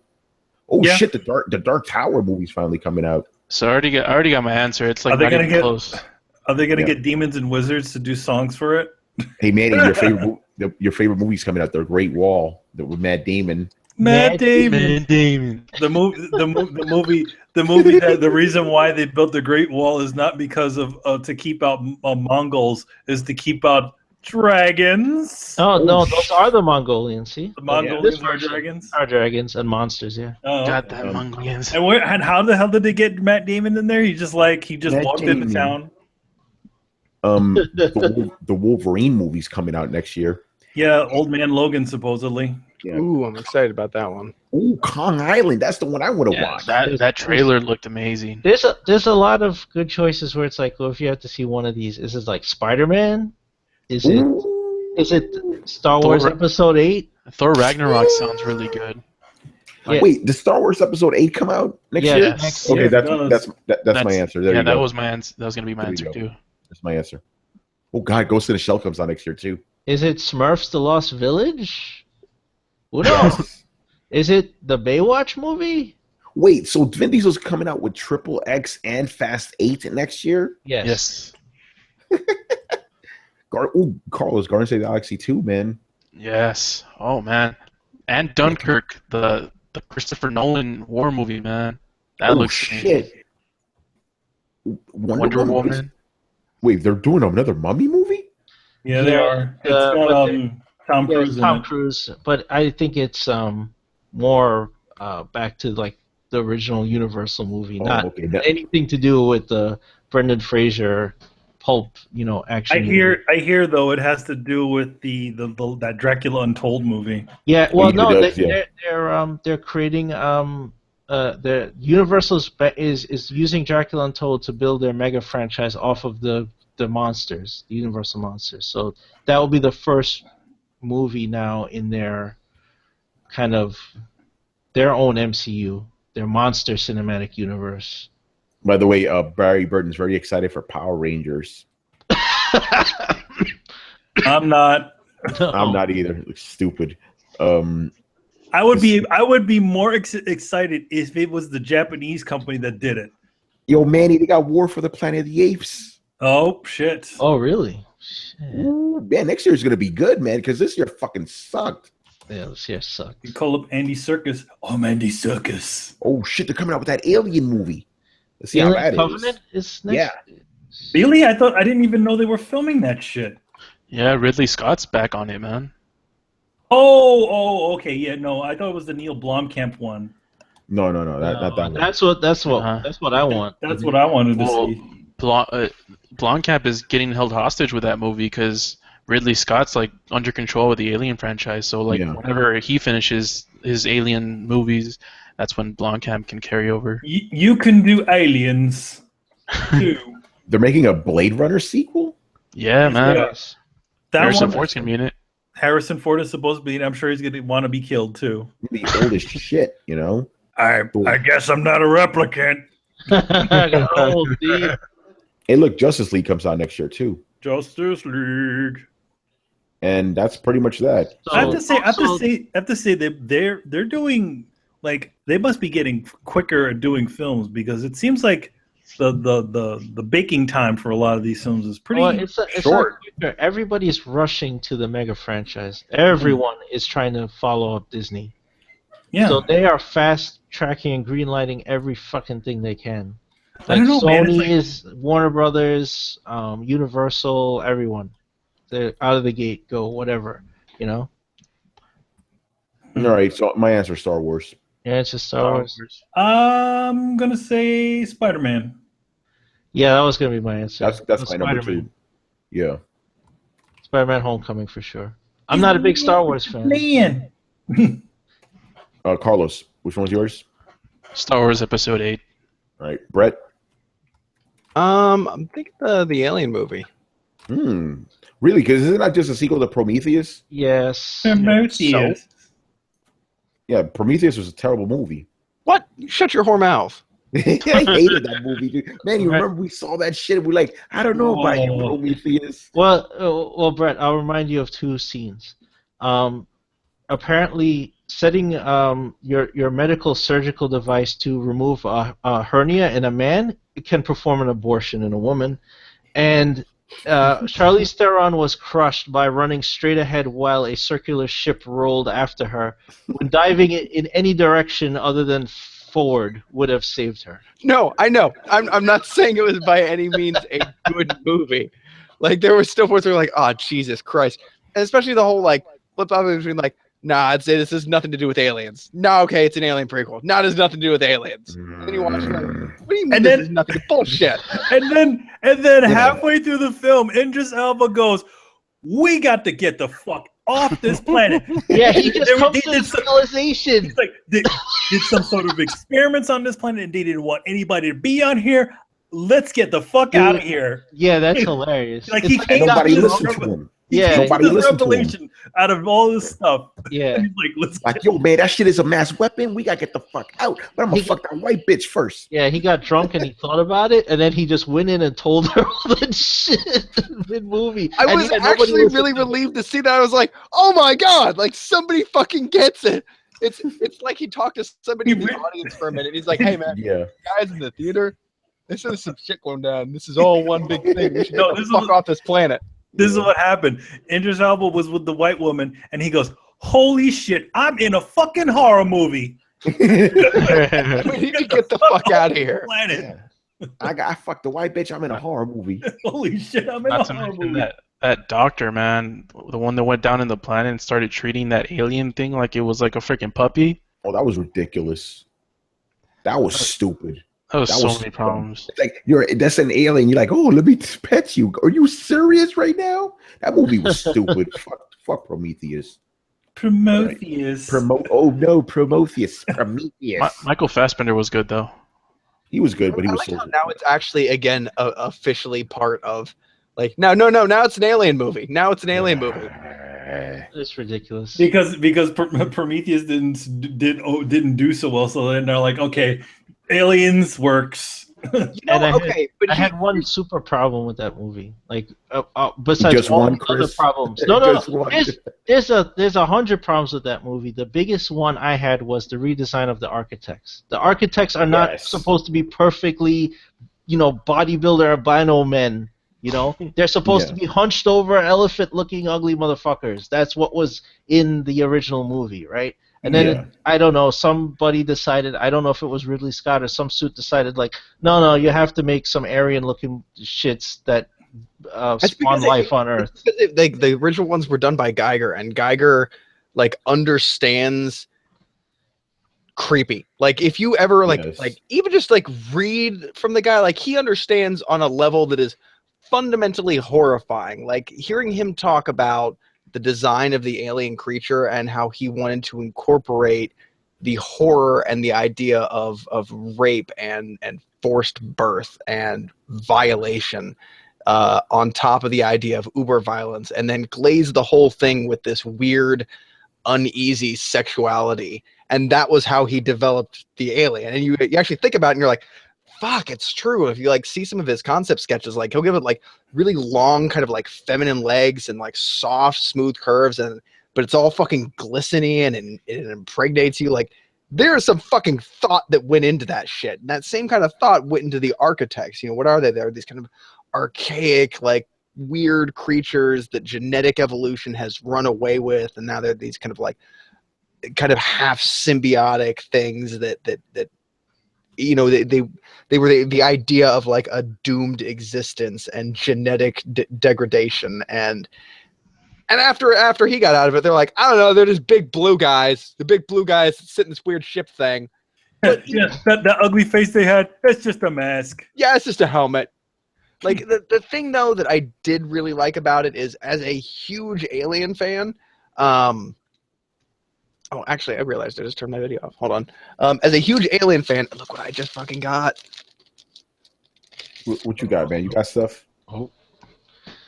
Ooh. That is cool. Oh, you got it signed by her? Yeah. Wow, nice. Oh, shit, I knew he got it. Okay, so you guys who were just listening, right? So Brett got a signed picture of an alien with Newt, right? Signed by Newt, the actual actress. Yep. That's fucking sweet, dude. Who drew that? I don't. James Panzer. Either way, that picture is all kinds of awesome. Yeah, dude. Like I was like, this is just amazing artwork, and it's an awesome Newt picture, so I have to pick it up. What was it? I hear she's a school teacher, and then like she's a school teacher in elementary school, and I think every so often her parents because since the parents are getting younger. They they know it's her, and they're like, "Oh, can you sign this?" She's like, "Yeah, I kind of noticed that my more people come to the parent teacher conferences." That's funny. But yeah, I mean, I could go into a whole thing about Prometheus. Like, as somebody who really, really appreciated like the backstory and read all the backstory and the comic books and everything like that, the thing I did appreciate about Prometheus is, and I have to say this because fucking DC, you can learn something from this. Okay. Everything still connected. All the dots still fucking connected. Prometheus didn't really destroy any canon. In fact, it actually still bridged quite a few of the gaps, and I'm really interested to see where this new Alien movie goes, because as far as I understood, the whole basic story was that Newt's parents, the ones on the planet where the Prometheus ship kind of crashed, or the big horseshoe ship from Prometheus where it crashed, and then had the alien eggs basically just kind of sitting inside it. That's what Newt's parents found, and Newt's parents were scavengers. But it's a different planet, though, Brett. You know that. It's not LV-428 or whatever. It was heavily implied that it was the same planet. But they called it something else. No, it's actually a different planet. But the thing is, like, when I went there, I'm like, okay, this is a straight up prequel to Alien, and I was looking at it at that. Then I realized, oh wait, it's a totally different planet. They're just taking some motifs from Alien, making something completely different. That's when I completely rejected. Well, no, it was going to be a direct prequel to Alien. It was, and then they backed off. So now I'm kind of wondering. Okay, so at least they've told me this is where this big ship comes from. This is where the aliens come from. Now there's a gap, and then after that gap, there's another kind of Prometheus-looking ship that Newt's parents try and scavenge. They bring back the first aliens to the colony. The colony tries to evacuate, gets into space. They all die in space, and that's where Alien 1 begins. And it's a solid, serialized story, and I'm really interested to see them close that gap again. Because they were so close to closing it before. That is the same planet that Ripley landed on. The one that Newt and all of them are on, it's the same planet. Yeah, it is. Oh yeah, I know. So so essentially, what they did was they just sent them up there to fucking get impregnated by the aliens, which is fucked up. Well, if you ever read the Newt Story comics, they're really good comic books, and they spell out in detail like a whole lot of the backstory not just Newt, but the whole the beginning of the alien infection. Because Newt's story actually, if I remember correctly, Newt's story takes place before Alien 1. So Newt's parents actually are the ones that unleash the alien plague again, because it's kind of gone into hibernation because of lack of hosts, and they're the ones that get the whole space station infected that Ripley deals with in Alien 1. And then when the Marines try and go back there's no space station in the first movie. The Nostromo was a mining ship. Yeah, it was a mining ship, yeah. And they brought what's his name? That's right. They found that same ship that supposedly Newt's parents found. Yeah. That's right. They brought and then the second one was them going to the station. Yeah, right. Yeah, Newt wouldn't have been born yet. Remember, the first movie is happening 80 years before the second movie. That's how long she was stuck out in. Yeah, so that's why when she went back into the planet, it was all filled with they had buildings and stuff there. Okay, so it was that Ripley was there, then Newt was there, and then Ripley was there. Yeah. Okay. Yeah. But the thing is that there is that cut scene from Aliens where the parents they essentially find the thing again. They find the alien, the ship. Yeah, and they went down in it just like John Hurt. They probably stuck their face in the stupid egg. What's in here? No, they brought back eggs. Yeah. No, the father got infected, right? They brought him back. Totally got infected, but then they brought back a fucking. No. It was the face hugger that was attached to the father that then got loose in the ship. Yeah. All right. Because I thought canon-wise the face hugger died after it impregnated its host. Yeah, it does. It does die. Yeah. So it does. Yes.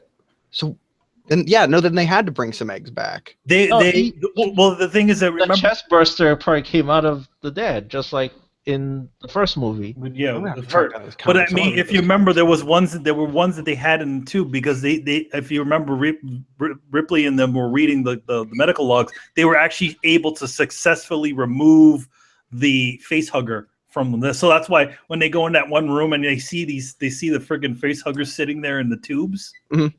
Because they were able to remove them, but I think some of the hosts didn't survive. Yeah, they didn't survive. Yeah. Okay, so those were second generation faces. I need to go back and read those comics again, along with everybody else. Yes, that's our homework, people.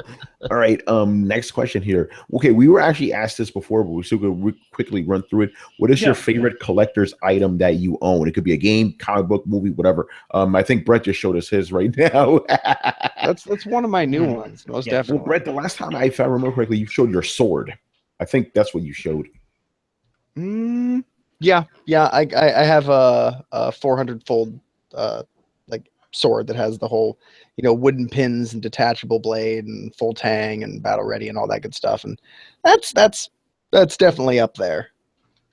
Yeah, I don't really have crazy collecting stuff. I do have Panzer Dragoon Saga though, so that shit's worth a lot of money, especially because of the fact that they lost the source code and they can't even fucking remake this game. Fucking Sega, man. I've got this, which is also up there. Ooh, yes, the Gold Link cartridge, Legend of Zelda, very cool. Nintendo, Manny, what you got? The Capcom Illustrations book, the original one. You don't know how much bullshit I had to go through to get that fucking book back in the mid 90s. Yeah, that's the one with all the Akiman art, right? That's with all the Akiman. That's all the stuff up to Street Fighter Alpha 1. Nice. And the Street Fighter movie stuff. That book was so difficult to get because in those days there wasn't, we didn't have any fucking internet. You couldn't order it online. So you had to go, you either had to find it you had to have it ordered or something like that. I was lucky enough, and after a while of looking for it, I found it in a Japanese bookstore in New York City called Asahiya. Nice. By the way, Willie Beamer NYC, he goes, my Escaflowne toy that came with the DVD collection. Oh, pretty cool. Very nice. Chris, what you got? I have a very large scale pewter model of the original USS Enterprise from Star Trek. Oh, nice. It's the deflector dish is gold and it's a pewter model with the bridge is like a crystal and stuff. Yeah, that's like one of the best things I collected from. Was that the one that was sitting on the top of your bookshelf or no? Not that. No, that is I have the Wrath of Khan Enterprise, but those are the diamond collectibles. They're just plastic. This one is made of metal. Oh, I don't think I've ever seen that one. Yeah, it has gold on it, and I like that. Yeah, man, he kept that one away from you. No, hey, what are you talking about? I have it. I have it in a box. It's covered up. Tony, hey, listen, I fucking saved his friggin' starships during a fucking earthquake in New York City a few years ago. You remember that? Yeah, that's right. Yeah. This fucking friggin' house started shaking, and the first thing we start seeing, Jossie's starts shaking for some reason, and then the ship starts shaking. I'm like, oh shit! So I pulled them down really quick. By the way, we occasionally have some earthquakes in New York. I've always slept through every last one of them. that one happened around I want to say 12, I guess. 12 o'clock. Anyway, Brett, were you asking me? I have to change my mind. I actually know which one it is by a pretty wide margin. Oh boy, it's my Dragon Ball Scouter. Ooh, oh yeah, yes. That's a good memory. We got 3 of. I had one, Rachel had one, and you had one, Tony. Yeah, I bought them for all of us, man. That was a good memory. Oh shit! Hey, you know what? If we're doing that, give me a second here. I actually brought this out of storage. Since we're talking about collectible stuff, Rachel made this for me. Oh yeah. Remember this? The little dice and stuff. Yeah. Got, I can't hear you guys, but I don't have my headphones. But yeah, basically has these look like Super Mario Brothers 3 versions of the characters and stuff. So it's pretty cool. Normally I keep that away, because my sister's fucking kids come over and shit. They'd probably destroy it. And as we've learned from the beginning of the show, don't keep anything around children. They destroy it. I still have mine too. I still have mine too, which she made me a block. Well, I think it was like like one of the blocks that's Mario Smashes. Bricks. Yeah. I have that sitting in my living room. It's actually always sat on my shelf and on my shelf. Nice. And Carlos, I guess you're the only one that's going to provide like a fresher answer, I guess. Really? Because think about it, we've all except for the nice Rachel stuff, we all gave our answers before. When we asked this question last year. Okay. I think I might have switched my mind. Maybe I don't know. I don't remember what I said last year. By the way, hold on, quick thing. Is it Super Mario Bros. 3 or Super Mario World? I can't really. I think it's Super Mario World. Maybe. Yeah, that looks like Mario World stuff. That bomb, I don't think that looks like Super Mario 3. No, not that one. That's World, man. Yeah, that's all World. Yeah, that's World. NES version. Man, dude, I was playing Super Mario World the other day. Fucking beautiful game, man. Still to this day, perfection. All right, Manny, we'll come back to you. Carlos, what do you have? Wait, what are you talking about? I was good. What you talking about, Willis? I said mine. I thought you had another one. No, I mean, my house is fucking filled with stuff. I can't pick one, but I'm gonna say the Capcom illustration book for now. But yes, so many.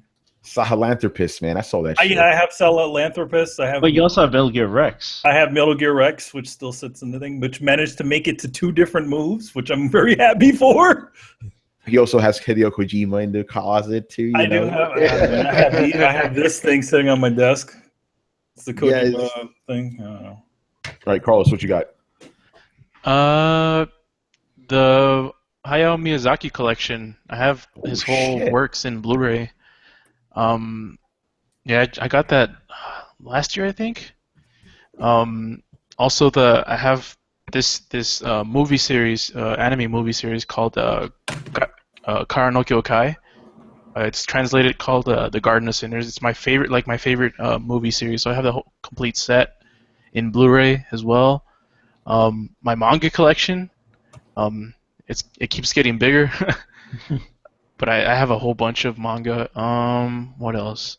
Oh yeah, I have the Beatles anthology DVD set. I bought that ages ago, but it's like a great box set to look at the whole history of the band, and it has new songs and different recordings and interviews with all of them, with all the Beatles. And actually, one thing that I'm gonna start collecting too is vinyls. So I'm gonna start buying all the LPs that I love in vinyl format. Nice. So I should be doing that within the next year. Well, they're re-releasing all of them right now. Now it's a viable, and now you can buy them now. So yeah, sure. Carlos, it's funny you bring that up because I've been playing a bunch of emulated games, and I'm like, I think I want to start buying these cartridges again. Mister, I'm done with freaking physical media. Oh, I'll find. Nature finds a way, right? Yes. And not only that, but vinyl is probably the best quality you can get. They've always said that. Yeah. Craziness. Yeah, Tony, come down here, man. There's classic game stores all over. Well, Chris, that's what I'm saying, man. When I come down there in January for PAX, I'm going ham. Dude, you know what you need to do though. You got to ship all that shit home. You can't take all that on the plane unless you bring one pair of underwear and a shirt. Yes. All right, let's move on here to the last question. I made sure I saved this for last because this is going to be a good segue for the next episode. Okay, what are your predictions for the PlayStation meeting this week? This is everything. It could include games that are going to be shown, what you believe Neo will release, Neo's official name, exclusive features, a price drop for OG PS4, Neo price, whether a new Vita model handheld, all that shit. Okay, so predictions. Okay, I got one right off the bat. We're just going to jump around, obviously. My wild card prediction, Deep Down. We're finally going to say, hey, guys, this game exists. Who? That's my wild card prediction. I'm gonna go with that. They're gonna bring that shit out. Well, we already know the basics. They're gonna show the Slim. They're gonna show the Neo, and I guarantee you, they're gonna show like comparisons. Like, okay, this is what the game looks like on PS4. This is what it looks like on Neo. You know, you're definitely gonna get that. Neo mode. Yeah, Neo mode. When do you think the release date's gonna be for both? For Neo, I predict Neo is gonna be released in. Actually, no, both. Right, both are gonna be released in October. That's my guess. Ooh. Yeah, my guess based on all the rumors I've been hearing. So I'm going to stick with that. Some insidery stuff too. October. All right, so yeah, predictions. Just go ham. Go nuts. Rockstar's new game, whatever it is, they're probably going to announce it there. Agent. And you get release dates for Neo and stuff, but I gotta think they gotta drop some bombs for PlayStation VR, right? That's the big thing they have to push also. Yeah, because that's coming out like super soon. Yeah, so there's got to be some stuff for PlayStation VR. I agree. So like when you think about it, how long is this press conference going to be? Probably an hour. You know, I'm just expecting it's going to be as long as the PlayStation 4 reveal event. You know. So when you think about it like this, the Slim is going to be announced, the Neo is going to be announced, the titles that are coming out, The Last Guardian is probably going to get something there. What else is coming out that's big this year? VR. Yeah, VR. So that's a lot of stuff just between those things. So I wonder what else they're gonna fit into their press conference, if anything else. Yeah, I think they're gonna have a couple games, but not too many because they can't. I think it's gonna be more hardware centric than anything, you know. But maybe some surprises. I do suspect Rockstar's gonna show something. Maybe Red Dead Redemption 2. Oh God, I hope so. They dig up the guy who played John Marston again. John Marston. Yo, sorry, John Marston. All right, come on, guys. It could be his son, couldn't it? Yeah, it could be his son. Jack. But I I didn't didn't like his like son. Jack Marston. I don't think anyone liked him. Yeah, he was kind of boring. I'm Jack Marston, man. I'm gonna shoot a rabbit. I don't know, stupid. Well, maybe his son then. Yeah. Well, then you're in the roaring 20s or the 30s. The cowboy stuff would be over. He'll be on a breadline in the Great Depression. What year did that take place in? 1911, actually. Yeah. So Yes, Did it really? When the 1911 came out. Yeah. That's what. But the funny, it's kind of hilarious because when you get that gun, it's like, oh my god, a cowboy would have had that at 1911. Right. Yeah, and it'd be brand new. Huh. Do you guys think they're gonna mention anything in regards to Final Fantasy VII? Not until they have to. Yeah. But somebody from Square is gonna come out. We are going to make an announcement about Final Fantasy VII next year. Yeah, just like they did last time. Remember, they flew this dude out all the way from Japan just to say we have Final Fantasy VII remastered, but it's not the one you want. Oh man. Yeah, they flew this. Yeah, that shit is funny. Because Kojima's not gonna say anything with his new stuff. Here's the thing. I don't know. I think whatever Kojima has, it's gonna be at Tokyo Game Show. I don't think we're going to see anything Death Stranding related at this Sony thing. I agree with what you guys said before. I think it's going to be a little more hardware centric. TV. Oh. It better not do that shit. Yeah. PlayStation View, man. I've been seeing those commercials. It's like over 100 channels, man. Actually, I was thinking about getting that. Yeah, like that. Like I'm getting more and more pissed with my cable. And every time I see that PlayStation View, I'm like, I really ought to check what those 100 channels are. You get a decent amount of channels for like $40. So, all right, all I need is internet. Fine, cut the cord. Fuck cable. Yeah, I've been thinking about getting that Sling box. I don't know what's that called. The Sling freaking service, whatever the shit's called. Yeah. You mean the PlayStation Slim? No. Because it totally looks like a friggin' Sling box. No,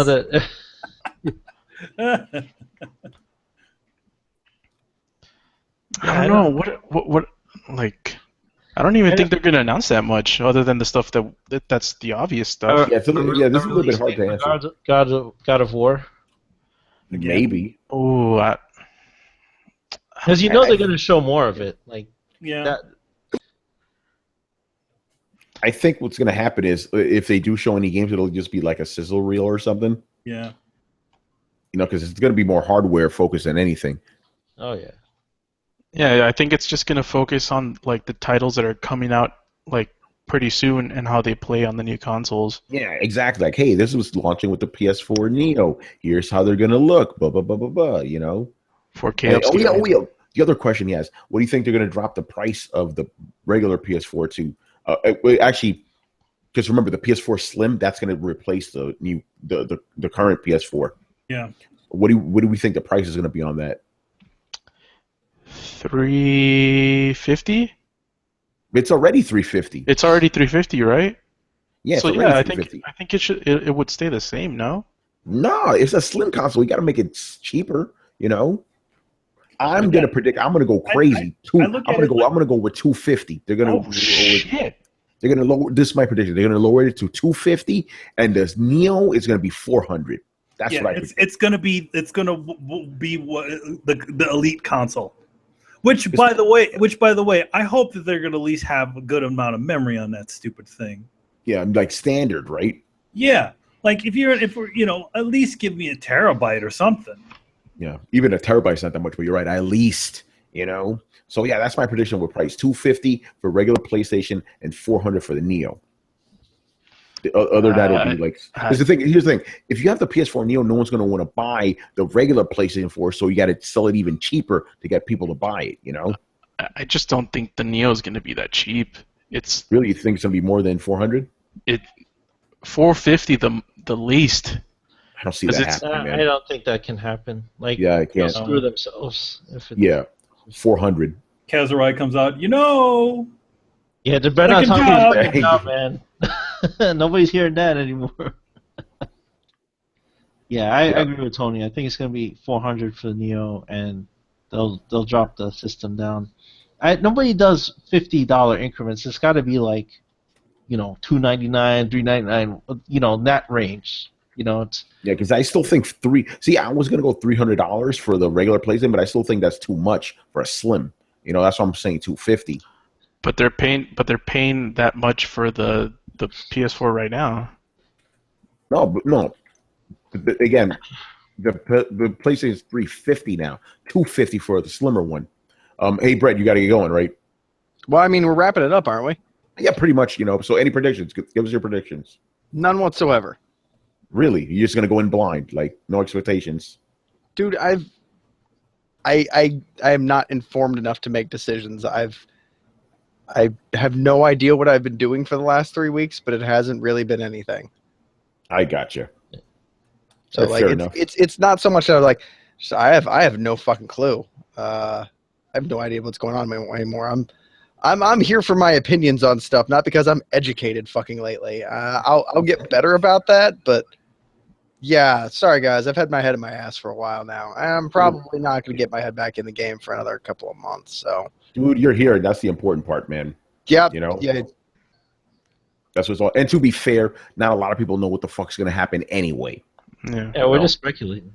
Because we haven't heard much. I'm so glad this shit is finally happening, so we can stop with all these rumors. I don't know if you've seen some of the rumors going around just today. Red Dead, what is it? Red Dead Redemption in fucking November 18th of this year. It's like, are you guys serious right now? Get the fuck out of here. That's one of the craziest rumors. It's like Rockstar is not going to release a game 2 months from now.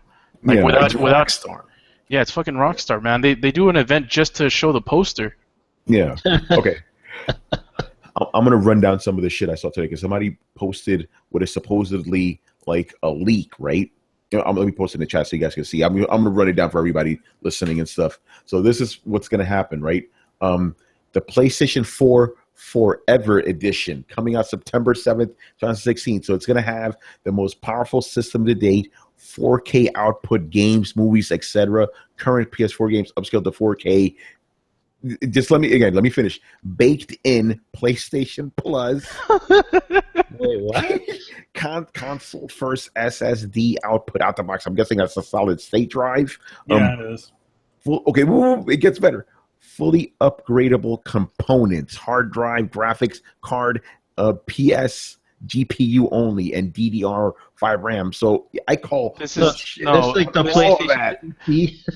This is a complete fake, phony bullshit. Whoever, a fucking kindergarten kid made this shit. Fucking PlayStation doesn't make their own GPUs. Yeah. It's such bullshit, dude. Yeah. What else was that I saw? Yeah. What is baked in? Like baked in? What does that mean? You gonna make cookies or something? And then it's always going to be on there. They're going to force you to play PlayStation Plus. Did you see the Red Dead Retribution poster? How stupid that looks. Oh man! Somebody made a fake poster. Yeah, look, it's right there in that tweet. They're gonna make a remake of Rockstar's gonna remake Red Dead Revolver. Since we're going to Crazy Town already. This is the shit we hear days before like a big event. It's like, people, if Rockstar was really gonna come out with this shit with Red Dead Redemption, we would have been hearing about it since the summer. Well, what about if it's November of next? That I could believe, but let's actually look if there is a November 18th this year. Yes, there is. November 18th is a Friday, but let's look what November 18th is next year for fun.